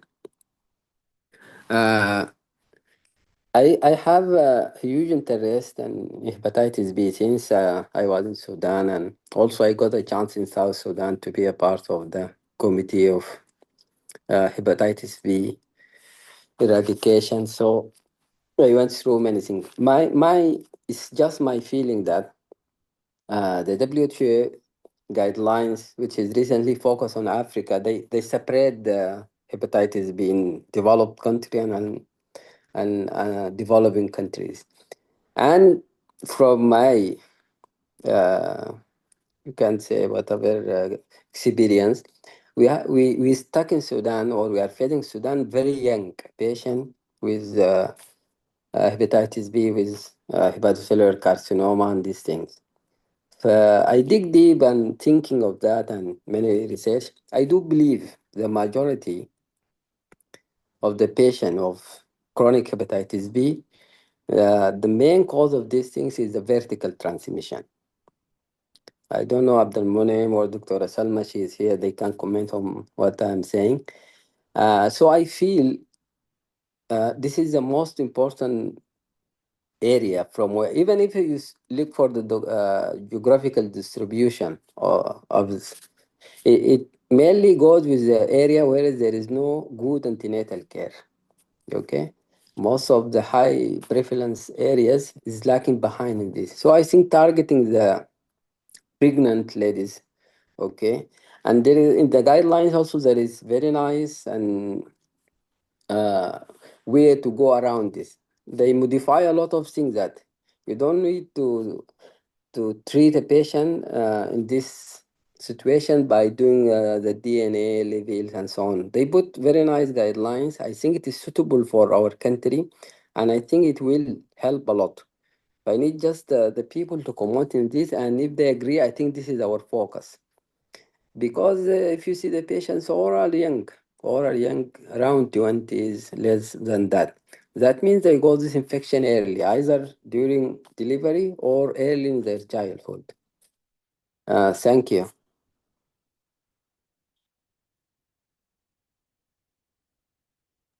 Thank you, Mr. Deborah. This is not the end. You started, but this is not the end. Of course, we'll come back. There's a big hope that the country will progress back to how it was and even better, inshallah. I'll over to you, Dr. Sarah Dafa'allah Yusuf. She's a consultant gastroenterologist and liver transplant specialist. تفضلي دكتورة سارة. Hello, everyone. Very nice to meet everyone, and saying hi to Dr. Selma, Dr. Abdul Munim, and Dr. Deborah. It's been a long time. I just want to, I have a few comments. First, I want to thank Dr. Deborah because on stressing the vertical transmission, and I think last week we did speak about that. The main mode of transmission in Sudan is vertical or horizontal early on in life, and that's is translated in the very young patients that we see with advanced HCC or advanced liver disease. So I think the way forward, in my view, that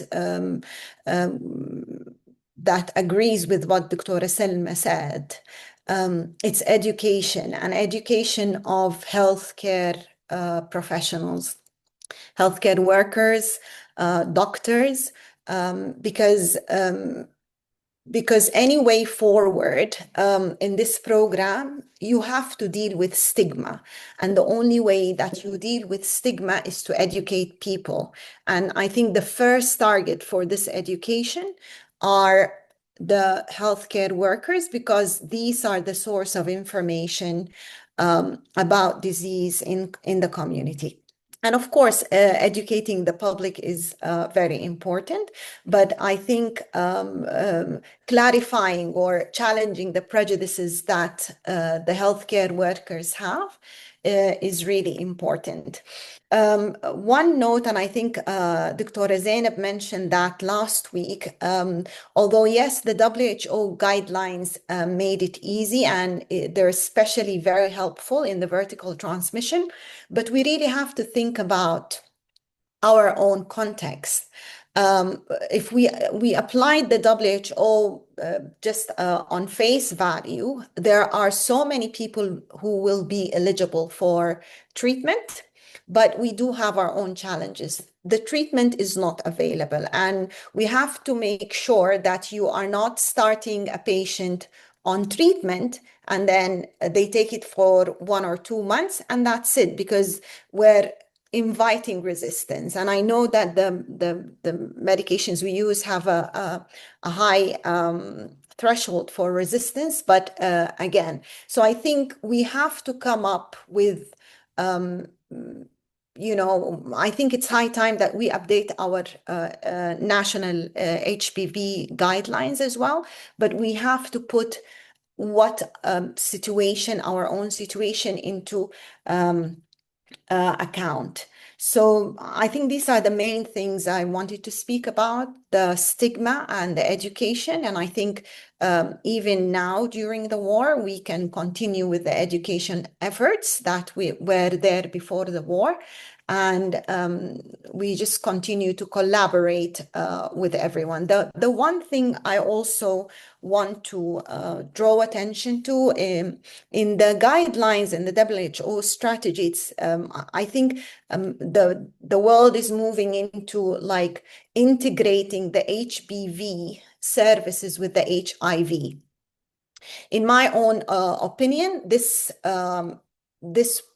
will not work very well in Sudan, and I'm with Dr. Abdel Mun'im in maybe integrating it into the primary health care because of the stigma we talked about would be more appropriate to our situation. Thank you very much. Thank you, Dr. Sarah. This is very valid points, especially the stigma, even among healthcare workers. And it's our direct job to promote and educate, starting from our colleagues and staff, spreading to the community, and integration. Thank you so much for the important remarks.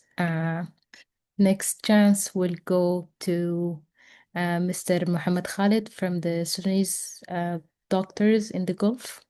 Please join us. Feel free to unmute yourself. I think he's no longer with us. Now, next we'll go to Dr. Abdel Hafiz Taha. He's a consultant physician and a nephrologist. He has a very important study about hepatitis B virus in hemodialysis patient, given that their ongoing risk to catch the disease. Dr. Abdel Hafiz, feel free to unmute yourself.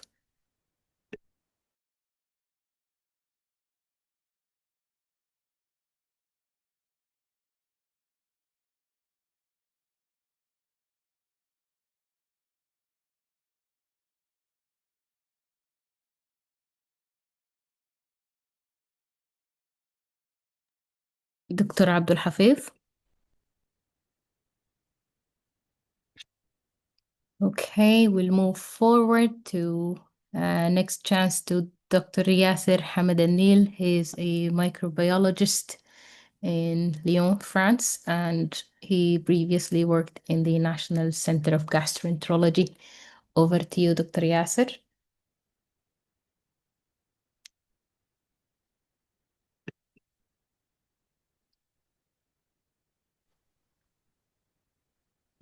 السلام عليكم. وعليكم السلام ورحمة الله. Thank you, Dr. Dalal, for hosting this nice talk. Actually, in the area of education, also I'd like to say to educate nurses, because educating doctors, educating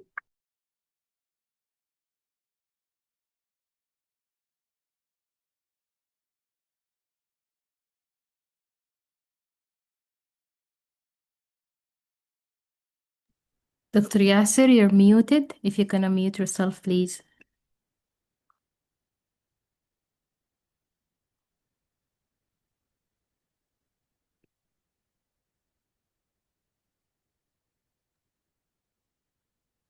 السلام عليكم. أيوة منك مرحب. اتكلم من غير أظن الصوت ما كان واضح. Okay. Thank you, Dr. Dalal. Actually, this is nice talk and nice topic to talk about elimination. My concern in education is also to involve nurses. I don't know if you hear this from me. Nurses also should be included in this education, because with this time we receive a lot of calls from area with no doctors and nurses asking about testing, about jaundice patient, about results, lab results, RDTs about hepatitis B surface antigen for positivity or negativity. If we include them, it will be good in advancing hepatitis B elimination in Sudan. The second thing is related to the data that showed by Dr. Abdelmunem from people in blood bank with anticore positive for 40%. This is horrible data actually. And this at this point, I think we need rapid action or intense action because they anticore positive that some of them may be real positive and some of them may transfer. And also the guideline for the blood transfusion, I think also this should be updated to include NAT testing or to centralize the blood donation because this is we don't know patients don't know when transmitting hepatitis B to others. For example, mothers don't know. But now we know in blood banking this anticore. I think with the ministry representative available here, blood bank need actions about this data, and all these core positive should be tested further to find whether their occult and more, how percentage of them with hepatitis B surface antibody positive are they previously infected and safe blood donation also should be considered with this data which is available in our hand. For the HCC patients that may be infected earlier or vertically transmitted hepatitis, also we should consider that our previous data with genotypes because one study did by me and Dr. Abdelmunem in 2016, 2015 about the hepatitis B genotype in HCC patients, in spite of a small number of patients, small sample size, but we find differences in genotypes like genotype C and genotype A in HCC patients. Also, this should be considered. Last thing I would like to comment on elimination itself. When we say elimination, we need to know about where we stand. We need true prevalence, and actually we need also to know the situation of natural history of the disease. If we start from this, we can set goals. Now we have this is our prevalence, this is our transmission mode, this is our transmission problem, and the next step we need to reach this goal. To set goals, we need clear goals. When we say elimination, we need clear goals for the elimination. In spite of the word itself, elimination is not true with hepatitis at all. But roughly, we can say we need goals to reduce transmission for expanding vaccination, first dose vaccination, like that. Thank you for the opportunity, Dr. Bilal and Dr. Abdulmunem and the team. Thank you so much, Dr. Yasser. These are very important points and the clear plan, including the 9 steps explained in details by Dr. Sarah. We'll take another speaker, Dr. Abdul Hafiz. He's worked with Dr. Salma Barakat previously, HBV among hemodialysis patients. Over to you. Assalamu alaikum wa rahmatullah. Thank you so much, Dr. Abdelmunem, Dr. Sarah, and Dr. Salma Barakat, my colleague, Mr. Dabora, and all the guests from Uganda and Ethiopia. It is an important and very elegant talk about hepatitis B, and I want to add something about renal being a nephrologist, about renal patients, as mentioned last session, and questions that made by our Professor Usman Khalafallah. And I will start by the protocol of workup for a renal patient when coming to dialysis and emergency. They used to do rapid test by ICT because the patient will not wait for a long time. They present usually with refractory pulmonary edema or hyperkalemia or severe metabolic acidosis, not responsive to medical therapy. So you are in a hurry to make rapid screening by ICT to offer the emergency session for the patient. So this emergency machine, usually the patient will be checked by rapid test. But after the 3 emergency sessions, the patient will be investigated by ELISA that can be gained after 3 days. And recently done in 4 to 6 to 8 hours in some centers like Alia and Zaytuna and other places like Fidel. Rapid ELISA is emerging. So if you go for emergency, then you are going to use ICT. And for chronic patient on dialysis, it is a routine that checkup of hepatitis B, C, and HIV by ELISA is the routine made during the hemodialysis session every 3 months. That is a protocol used in. And even vaccination of patients with hepatitis B vaccine, starting in stage 4, before coming to hemodialysis is a protocol worldwide. And in Sudan, it is applied. And for patient coming acutely as an emergency and not vaccinated, they should receive vaccine and with a double dose in 0, 1 month, and 6 months as a protocol worldwide.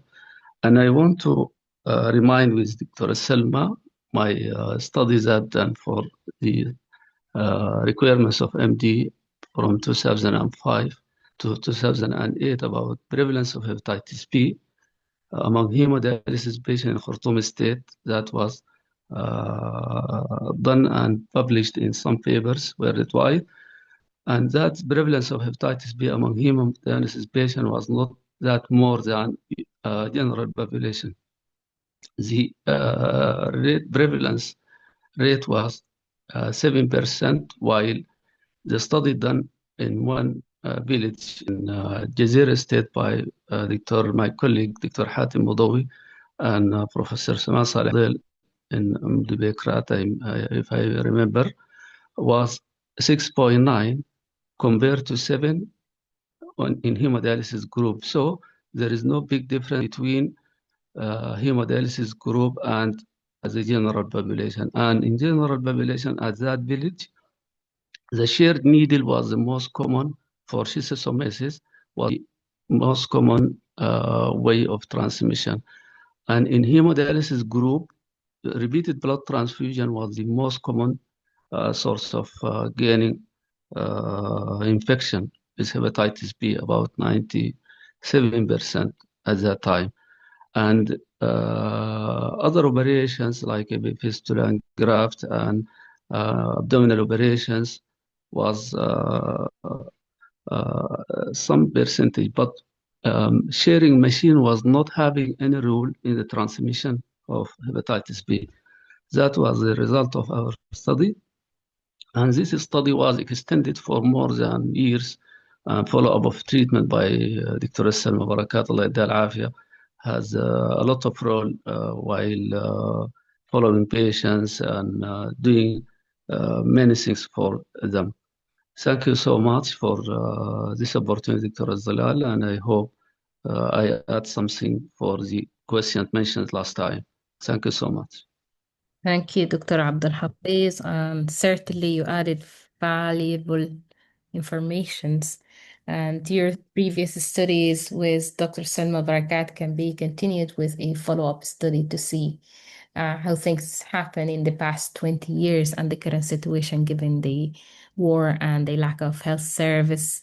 Our pioneer Professor Ali Habbour, our biggest supporter, the father of tropical medicine in child health, and he's a proponent of pediatric tropical diseases. Prof. Habbour, thank you so much for joining us as usual. اتفضل. السلام عليكم. Are you hearing me? سامعني؟ Yes, we do. سامعينك يا بروف. Thank you very much.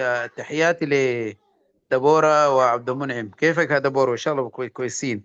وتحياتي للزلال يعني وسارة كلهم قدموا لي يعني كتبوا لي نايس كومنتس في نهاية طبعا أنا I'm a member of the NITAG group which is the National Advisory Technical Group for Vaccination. And we started hepatitis B vaccine as part of the Penta vaccine.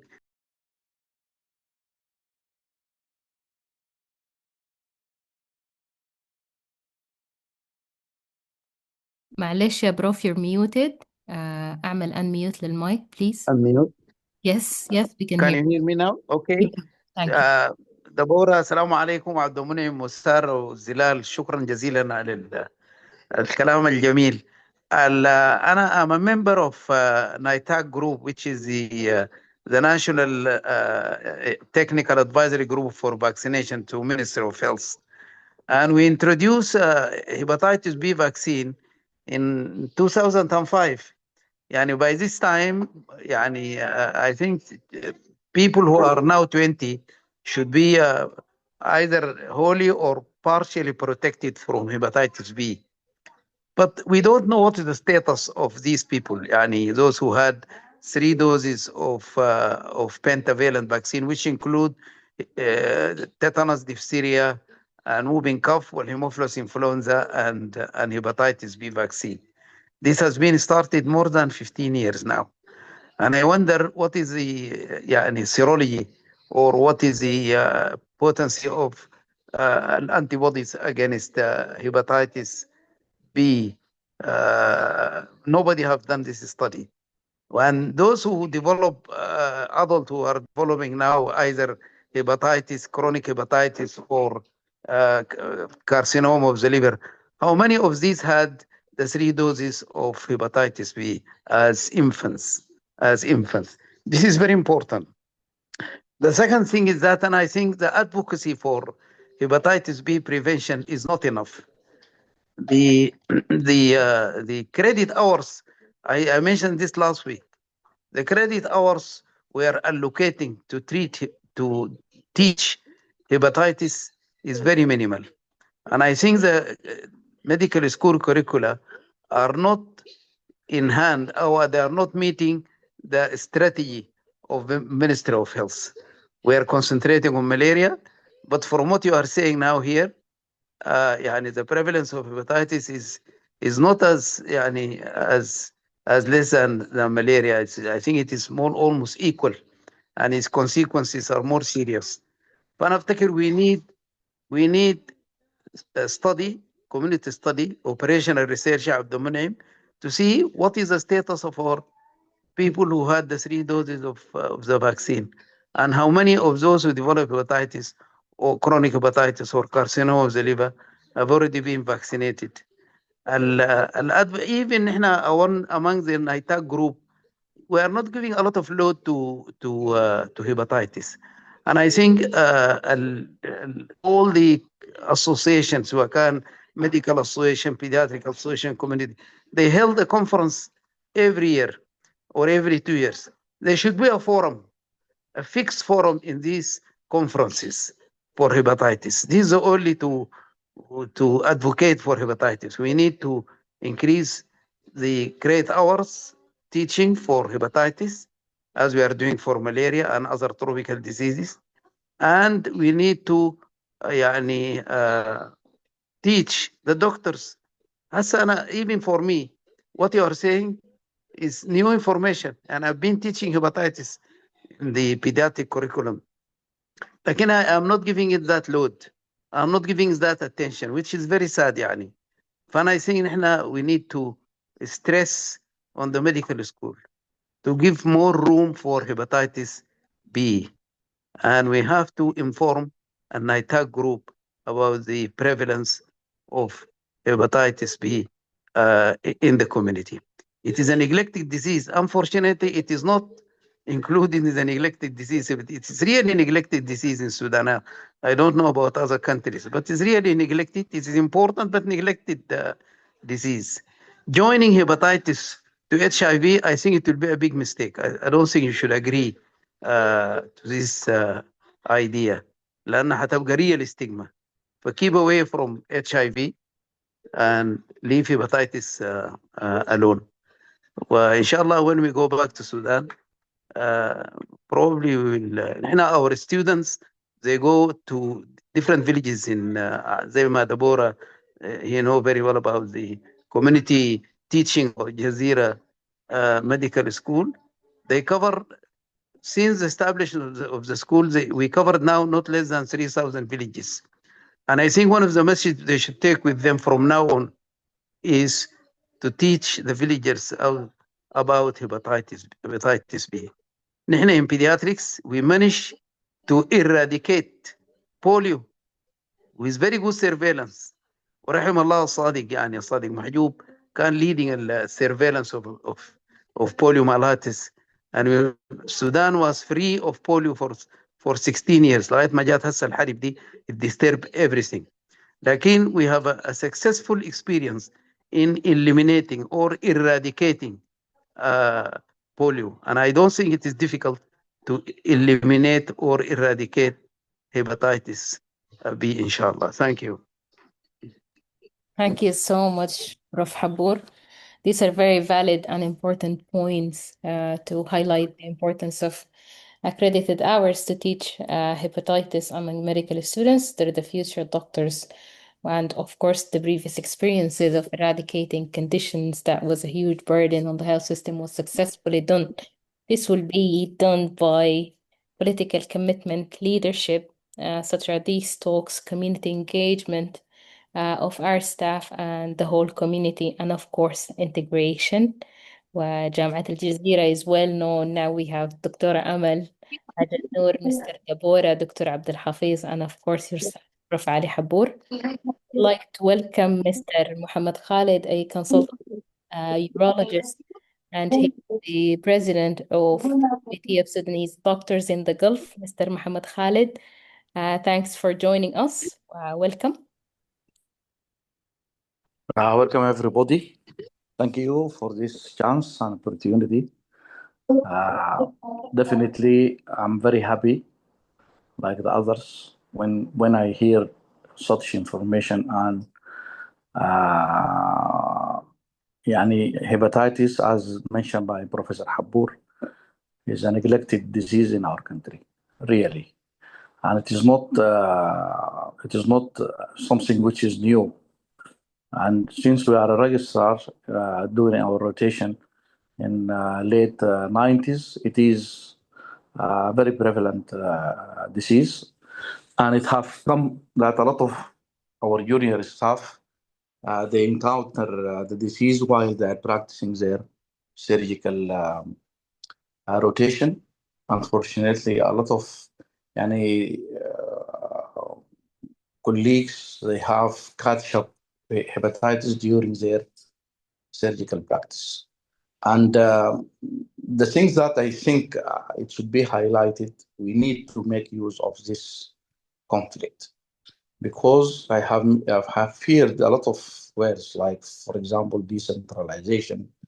And Dr. Abdul Hafiz also, he mentioned something related to Khartoum capital and ELISA testing related to the advance in getting the result very quickly. And I think now, by this conflict, we have started our decentralization, unfortunately, by force. And now almost all the facilities are outside the center of Sudan, which is Khartoum, and all the labs that have been lost. So I suggest for you just to make use of this conflict to re-rank your priorities. For example, hepatitis should be one of the common things that you need to highlight, and you make use of organizations like WHO, UNICEF, whatever, to put this disease according to the prevalence of it. And you make use of Kasla, Gadarif, Medani, Dungula, Abbara to practice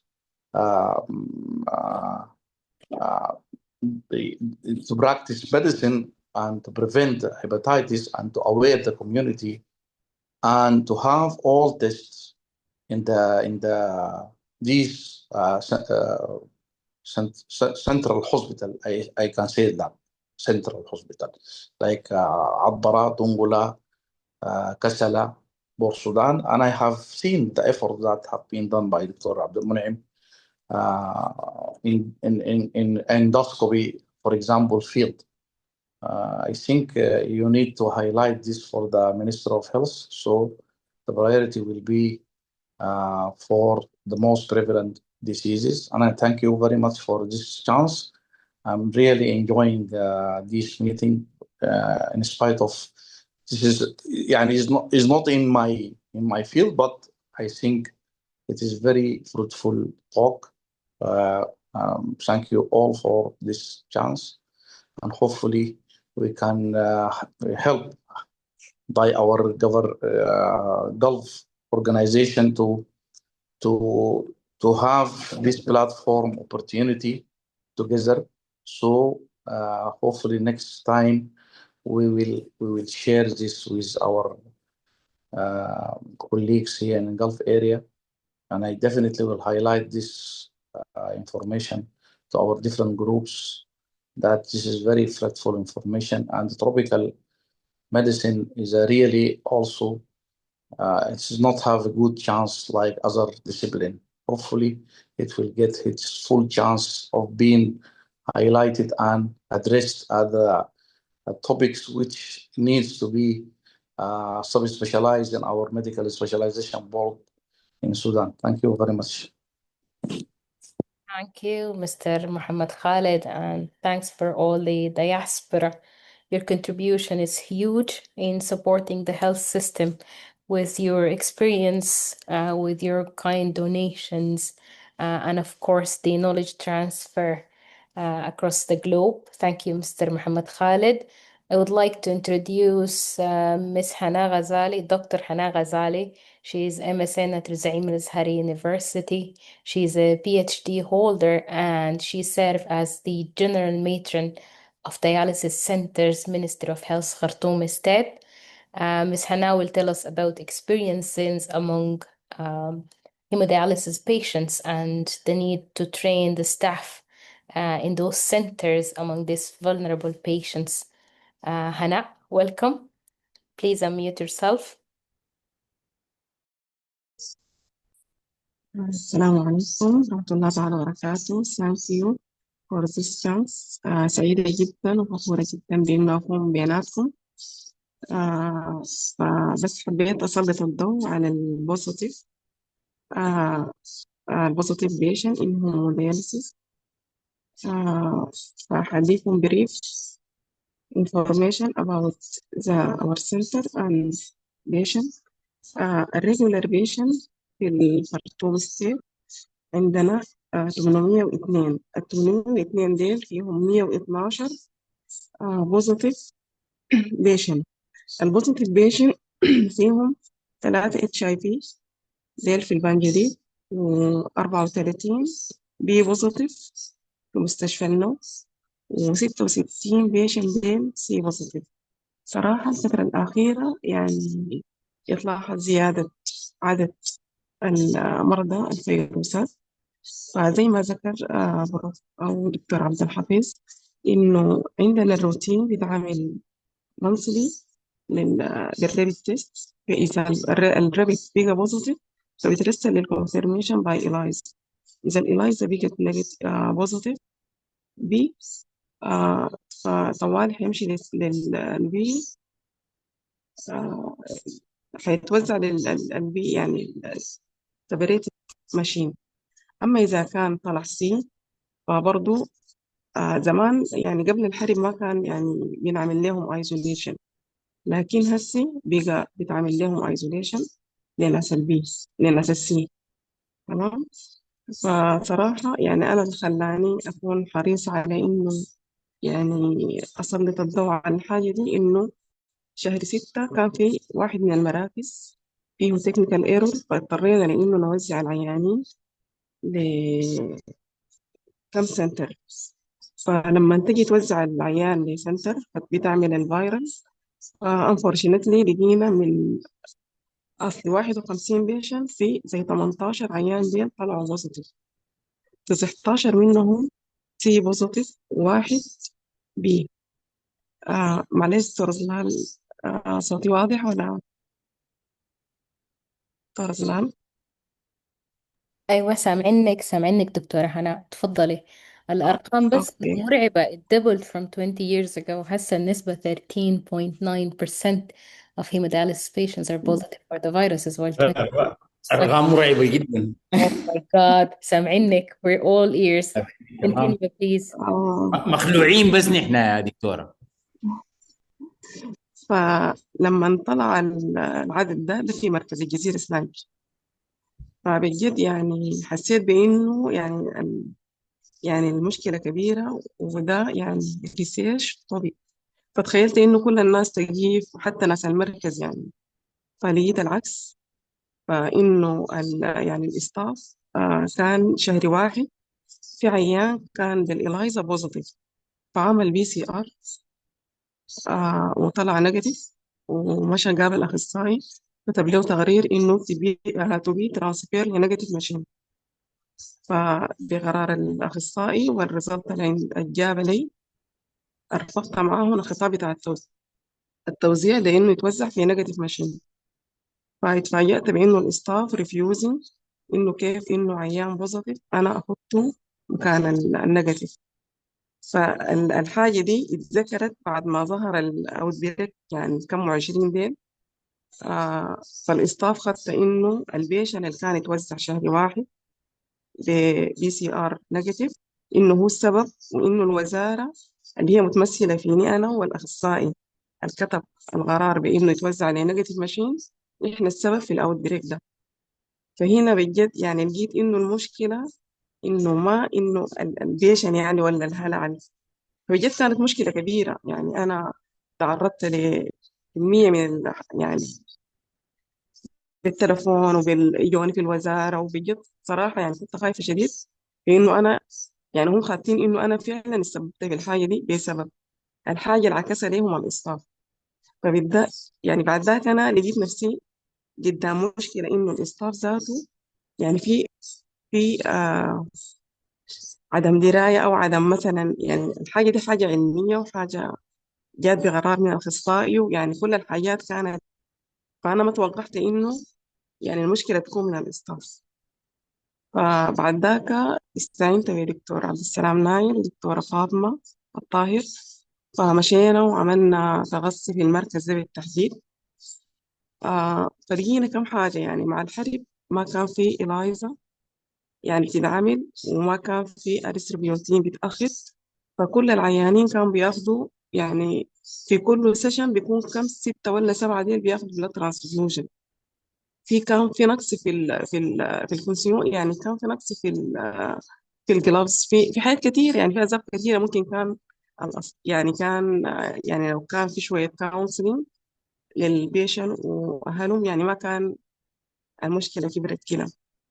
بعد ذاك مشكلة الجزيرة سلانج بقت شنو؟ أي عيان بيبقى سيب بيبقى داير يمشي يعمل PCR يطلع نيجاتيف، عايز يتوزع لنيجاتيف ماشين.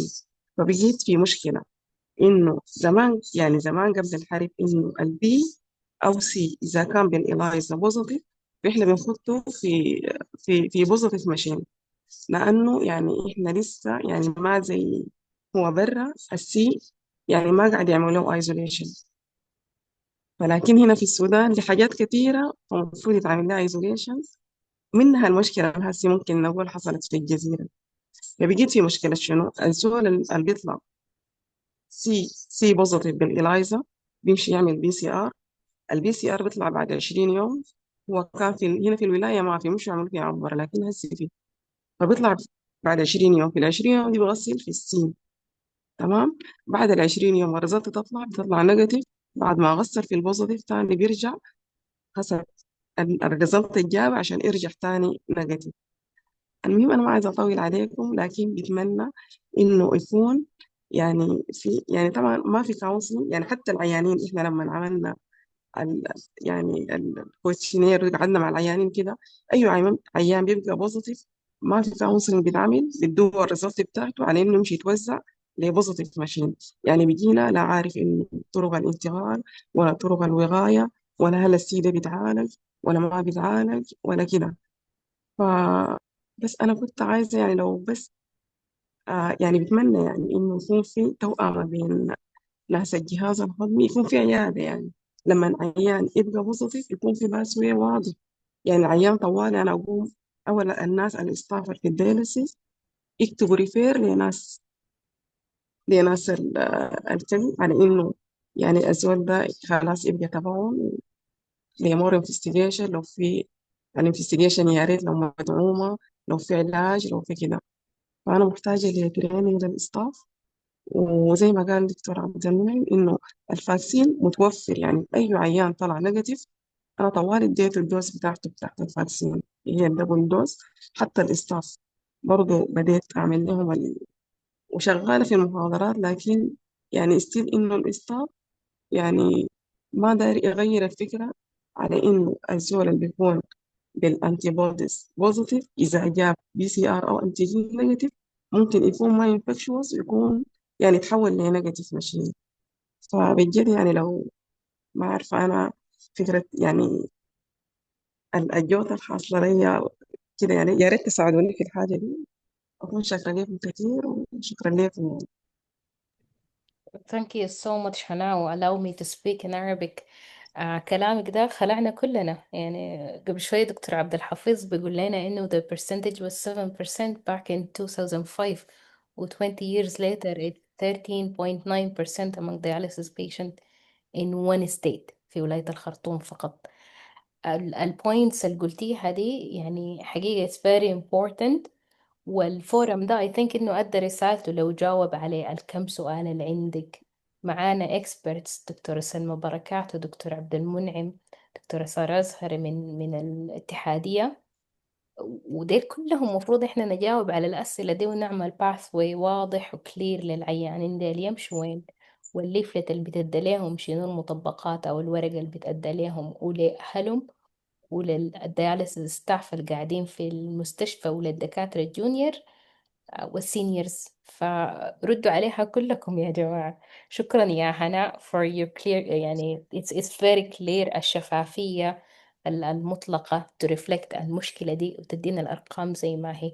thank you so much. ردوا عليها كلكم يا جماعة. شكرا لك. ده تغرير شهري 10. شكرا لك.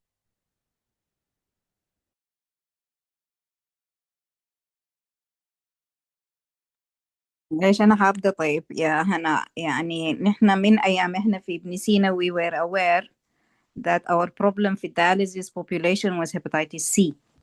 يعني hepatitis B we didn't see it as a big issue different from the population زي ما قال عبد الحفيظ. I'm so happy to see you today. يعني it's been a long time. نحن كانوا we had patients in our clinics regularly from the renal units when they are hepatitis C positive. What you did was correct. You know the guidelines. If the patient is PCR negative, that means he doesn't have the virus. Putting him in a positive machine will risk him getting a new infection.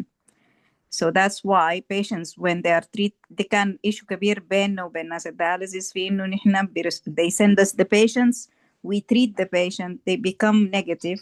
And the good thing about hepatitis C, it's curable and the medicine works. And it's only 3 months, 6 months. So it's rewarding treating them, and we can treat them and they become negative. When we return them back to dialysis, they put them back on positive machine and they come again with a new infection. So that's what you did was correct. If the patient is PCR negative, he doesn't have the virus, putting him in a positive machine risks reinfection. We go back to the issue of ignorance. يعني في مشكلة كبيرة بتاعت lack of ignorance regarding hepatitis in general, not only B, but B and C. C especially in the dialysis population, لأنه that's the biggest issue. C is known to be the main risk of transmission in the dialysis population for C is nosocomial. It's the staff wearing gloves, cleaning in surfaces, and these things. So if there is a defect, it would be through these things. It's not through the machine. So I think we go back to the issue of education. I'm not sure how we can change a situation. You are right. I think we should have discussions with the renal teams or the nephrology teams or groups and come out with a plan. But education of the nursing staff and all the staff working in the dialysis units is very important. And I can understand your frustration and your struggles because we had these struggles when we were in Messina as well.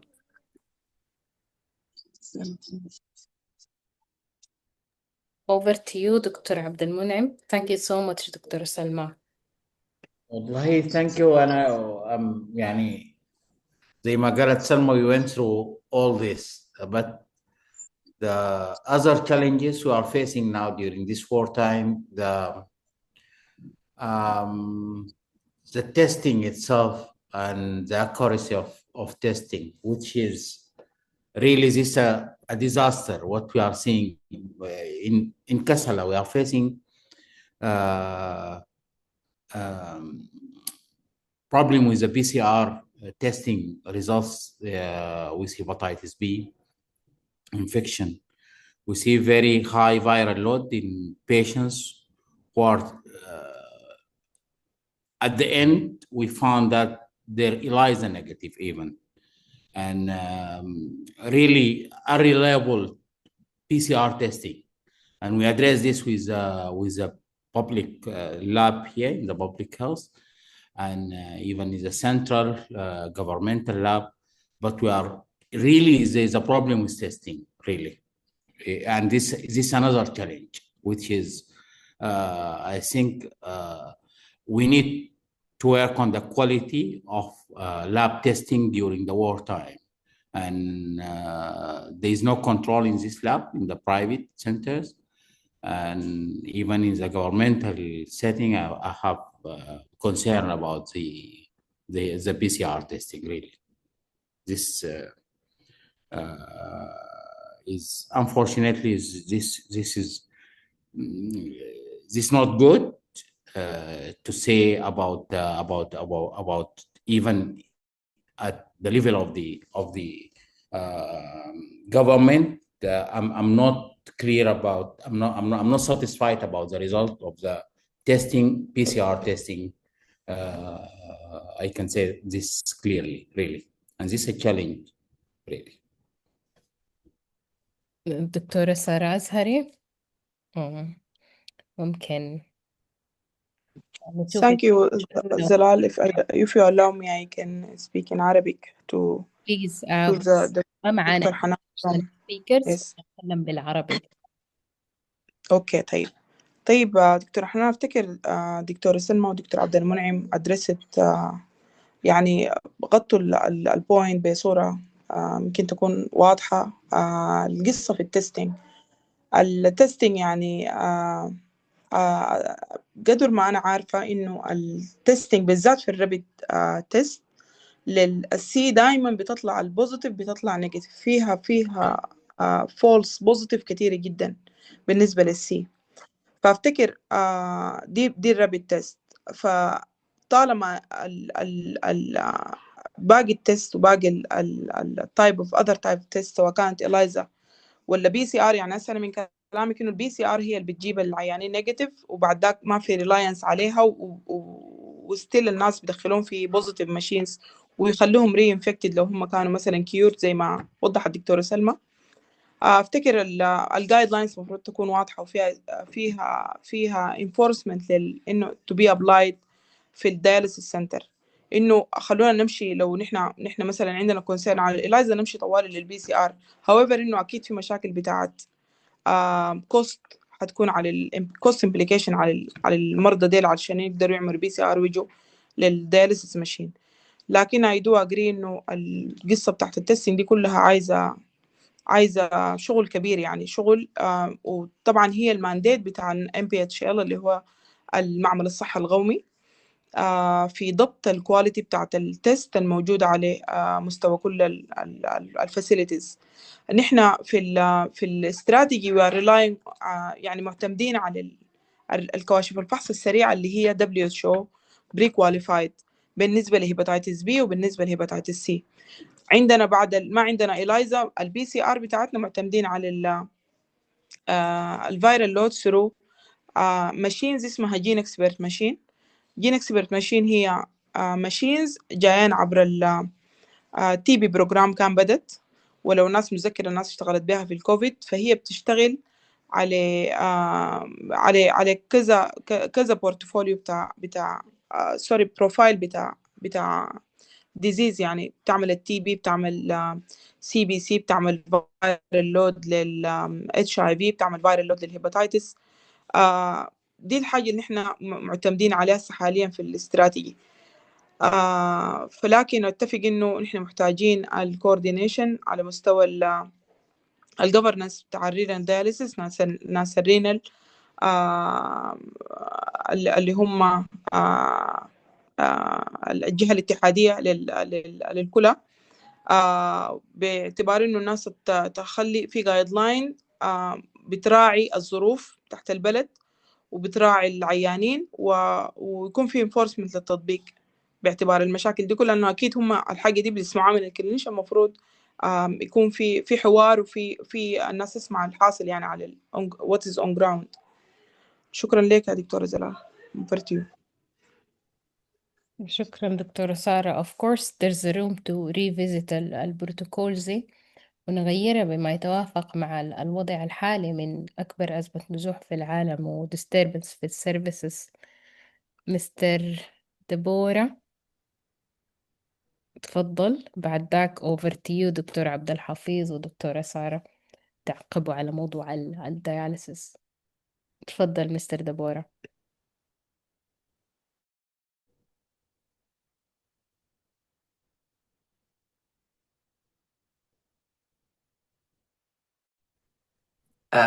كيف دكتورة زلال؟ هلو هلو. مرحبا يا مستر سامع. أي تفضل. لا أوكي أوكي بس يعني كنت أحيي دكتور بروفيسور علي حبور أستاذنا وأستاذ الجميع. ما عندي كومنت، وفعلا هم عملوا great effort يعني throughout their life والله، فبس تحية له. فلكن it is okay تاني ما عندي كومنت في الدسكشن. اوكي ثانك يو. شكرا لك يا مستر. وبروف حبور is the father of tropical medicine و he's a big supporter of the academic club. فشاوت اوت يا بروف حبور. شكرا دكتور عبد الحفيظ ودكتورة سارة. دفع الله over to you. السلام عليكم again. والله التحية لبروف علي حبور، يعني أستاذنا الجليل، وهو طبعا ما بيكون متذكرنا، لكن يعني نحن الدفعة 14 يا بروف، وإن شاء الله ربنا يديك الصحة والعافية. برضو يعني كل الأساتذة سلمى بركات، دكتور عبد المنعم، أولف، يعني كلهم أساتذتنا وربنا يجزيهم خير. فأنا والله عندي بس تعليقين. هو يمكن نفس كلام دكتورة سلمى قطز، يعني لما يكون البي سي ار نيجاتيف تاني خلاص يا هنا غزالي، كيف حالك؟ إن شاء الله طيبة. يعني الموضوع بيبقى خلاص نيجاتيف شد بيد الله إذا نيجاتيف ماشيين، يعني بيمشي النيجاتيف. فالبي سي ار يعني مور ادفانس ويعني سبيسيفيك فور ذا فيروس. فاذا بقى نيجاتيف خلاص. فحتى الهيباتيتس بي سيرفيس انتيجي ويل بي بوزيتيف ويل ريمين بوزيتيف، لكن بي سي ار نيجاتيف خلاص معناته ما في فيرال لود and the patient will be dialyzed in a negative machine. ده انتهى بغض النظر عن النتائج. ثاني حاجه انت عندك تو فاكتورز مهمه. انا برضه حتكلم بالعربي زي دكتوره ساره عشان الكلام يكون واضح. نحن within this period of war عندنا two points mentioned by هنا غزالي. فهي البوينت الاولى اللي هي repeated blood transfusion، دي هي very high factor for gaining hepatitis B وهيباتيتس C. إذا ما في gloves and this nurse is touching this machine from this patient and transmitting. طبعا معروف الاستادي المعمولة عن الهيباتيتس C in سعودي أرابيا، في استادي كبيرة معمولة إنه الهاندلينج والنوزيكوميا حسي ذكرت الدكتورة سلمى بركات is the main way of transmission of hepatitis C. يعني from the blood to the machine, then from the machine to the other patient. The connection if the nurse is not applying the infection control properly, he or she is going to transmit الانفكشن among. في وقت من الأوقات الهepatitis C ما كنا بنفصلها في ابن سينا، كان بغسلوا مع النيجاتيف بيشن، لكن افتر وايل مع الترانسميشن والنيرسينج معظم البيشن كان بيجيهم هيباتيتس سي، لأنها هي بتتنقل من الماشين للأذر بيشن يعني in two cycles. فدي مشكلة يعني بالنسبة للهاندلينج والهيجين والجلوفز والاسترايل جلوفز انكاسيترز، دي كلها مهمة جدا to prevent hepatitis C occurrence. والريدكشن of blood transfusion and repeated blood transfusion by EPO therapy and ion therapy is very important to maintain hemoglobin in the normal limits and to reducing blood transfusion rates. فدي two factors مهمة، بس الاثنين موجودات مع الحرب. فبالتالي الهيباتيتس B و C incidence prevalence will increase definitely مع الظروف الحاصلة، انه كل الكونسيومابلز ما فيش والناس في ظروف صعبة. يعني أنا أفتكر يعني ما في حاجة ما في لائمة خالص والله يا هنا، ما في حد يعني يلوم حد، لكن if the patient is PCR negative خلاص other factors ظاهرة جدا، repeated blood transfusion والهاندلينج فهم السبب في الهepatitis B. والهepatitis C viral infection is more زي ما قالت الدكتورة سلمى، لكن hepatitis B is still in the limit. يعني حتى لو في زيادة ما تكون في زيادة كثيرة، لأنه بس الريسك في البلاد ترانسفيوجن الكثير ده. Thank you so much for everyone and I hope I can if I can give an informative information. Thank you. You absolutely did. شكرا. Over to you دكتورة سارة دفع الله. السلام عليكم. أول حاجة يعني شكرا جزيلا لدكتورة هناء for sharing experience حقتها، وزي ما قال الدكتورة سلمى ودكتور عبد المنعم دي كانت ال everyday life في ابن سينا. أنا بس عايزة to answer one أفتكر دكتور ياسر هو قال ال education للنurses is important. إحنا actually ال education لكل ال healthcare workers ما بس النيرسز أو الدكتورز everyone. وإحنا قبل الحرب يعني الناشونال سنتر بالتعاون مع المينستري اوف هيلث بدينا السلسلة بتاعت education for healthcare workers. أول وحدة اللي عملناها in collaboration مع وزارة الصحة كانت في مستشفى الولادة في مدرمان، وكان عملناه 2 days one for the doctors لأنه مع الدكتورز كنا عايزين to introduce them to the national guidelines and what to do. It was a whole day workshop. اتكلمنا about everything from stigma to diagnosis to everything.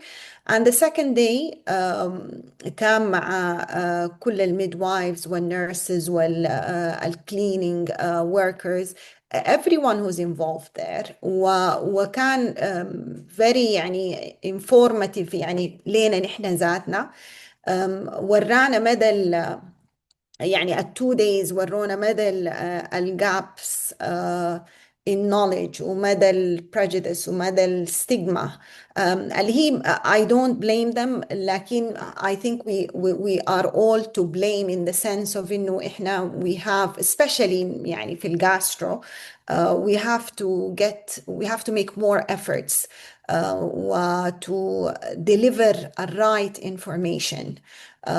ولازم يكون صوتنا أعلى. and I know يعني دكتورة سلمى من يعني الله يديها العافية من أول الناس زي ما قالت هي لما مشت للوزارة وال WHO الهيباتيتس بي was not in their priority. يعني هي ما بس وقفت عند الوزارة، مشت لل WHO as well، لكن it was not in their priority agenda. الحاجة اللي برضو important إذا بالنسبة للدياليسيس patients فكرة إنه I know الحرب زي ما قلتي أنت هسه لأنه الإريثروبويتين is not there, it is cheaper to get blood. وعندنا يعني مشاكل كثيرة و they're interrelated، عشان كده we need the efforts بتاعت everyone. يعني ما في جهة واحدة بتقدر to fight الهيباتيتس بي. الحاجة دي برضو بتقودنا للإمبورتنس بتاع إنه الهيباتيتس بي to be integrated in the primary health care.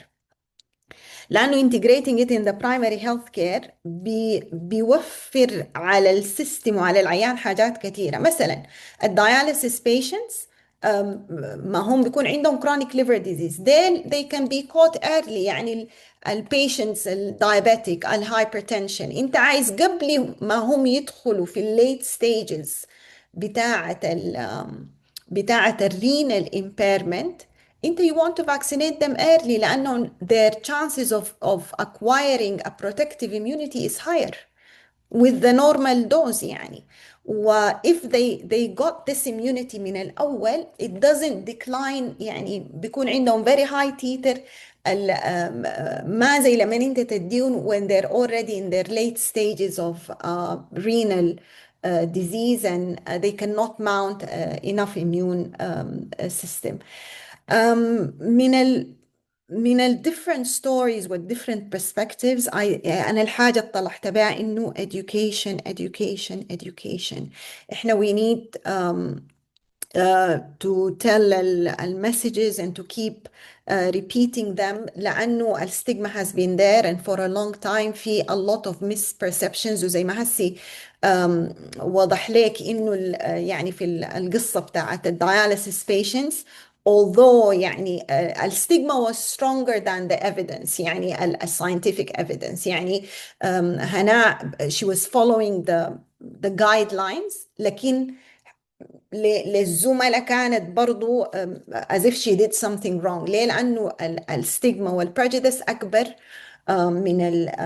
من الانفورميشن. فأنا أفتكر يعني إحنا we have to keep hammering on this issue لأنه there's no way out. وإذا إحنا ما we tackled قصة الميسinformation والستيغما ما أفتكر في أي بروجرام بيقدر to progress. وآسفة على الإطالة لكن I feel very strongly about الموضوع ده وشكرا جزيلا. شكرا يا دكتورة سارة. ونرجع طلال عندي مقترح معلش وكده. أنا شايف ننسق معاك ومع هناي نرتب educational day. بعد ذاك أنا بنسق مع سارة ونحن الناس اللي برا دي بنحاول نستغلهم أكتر وكده، عارفين إنهم مشغولين لكن بيلقوا وقت أحسن مننا أفتكر. Actually دكتور عبد المنعم يعني الأسبوع اللي فات كنا بنتكلم أنا ودكتورة سلمى ودكتورة زينب about this. أنا ما شايفة إنه أي مشكلة to resume. إحنا التريننج materials وكده عندنا and we can do it online لننسق للديفرنت categories. نبدأ بديل هسي أفتكر ممكن نبدأ. أيوة نبدأ ما عندنا مشكلة. and if you remember إحنا أصلا الدياليسيس was in our agenda. قبل الحرب كنا بدينا بالدايات وكان النكست on the list are the renal the dialysis units. صح. Thank you. أظن إحنا وصلنا لنفس النقطة اللي كنت عايزة أقولها. الساينتفك ماتيريال دي ممكن تكون مسجلة، ممكن تكون أونلاين في تيليجرام لو الزوم كعب. we're more than happy to organize such sessions وتكون مسجلة ومطبوعة ومكتوبة والبروتوكولز قاعدة في الدياليسيس سنترز. دكتورة هنا غزالي، إحنا عندنا تواصل إن شاء الله هنعمل small work group والكلام يبقى أفعال. وشكرا لكم for a big willingness إنه to actually do something about this. في أي أسئلة أو مداخلات؟ سهرنا بكم الليلة.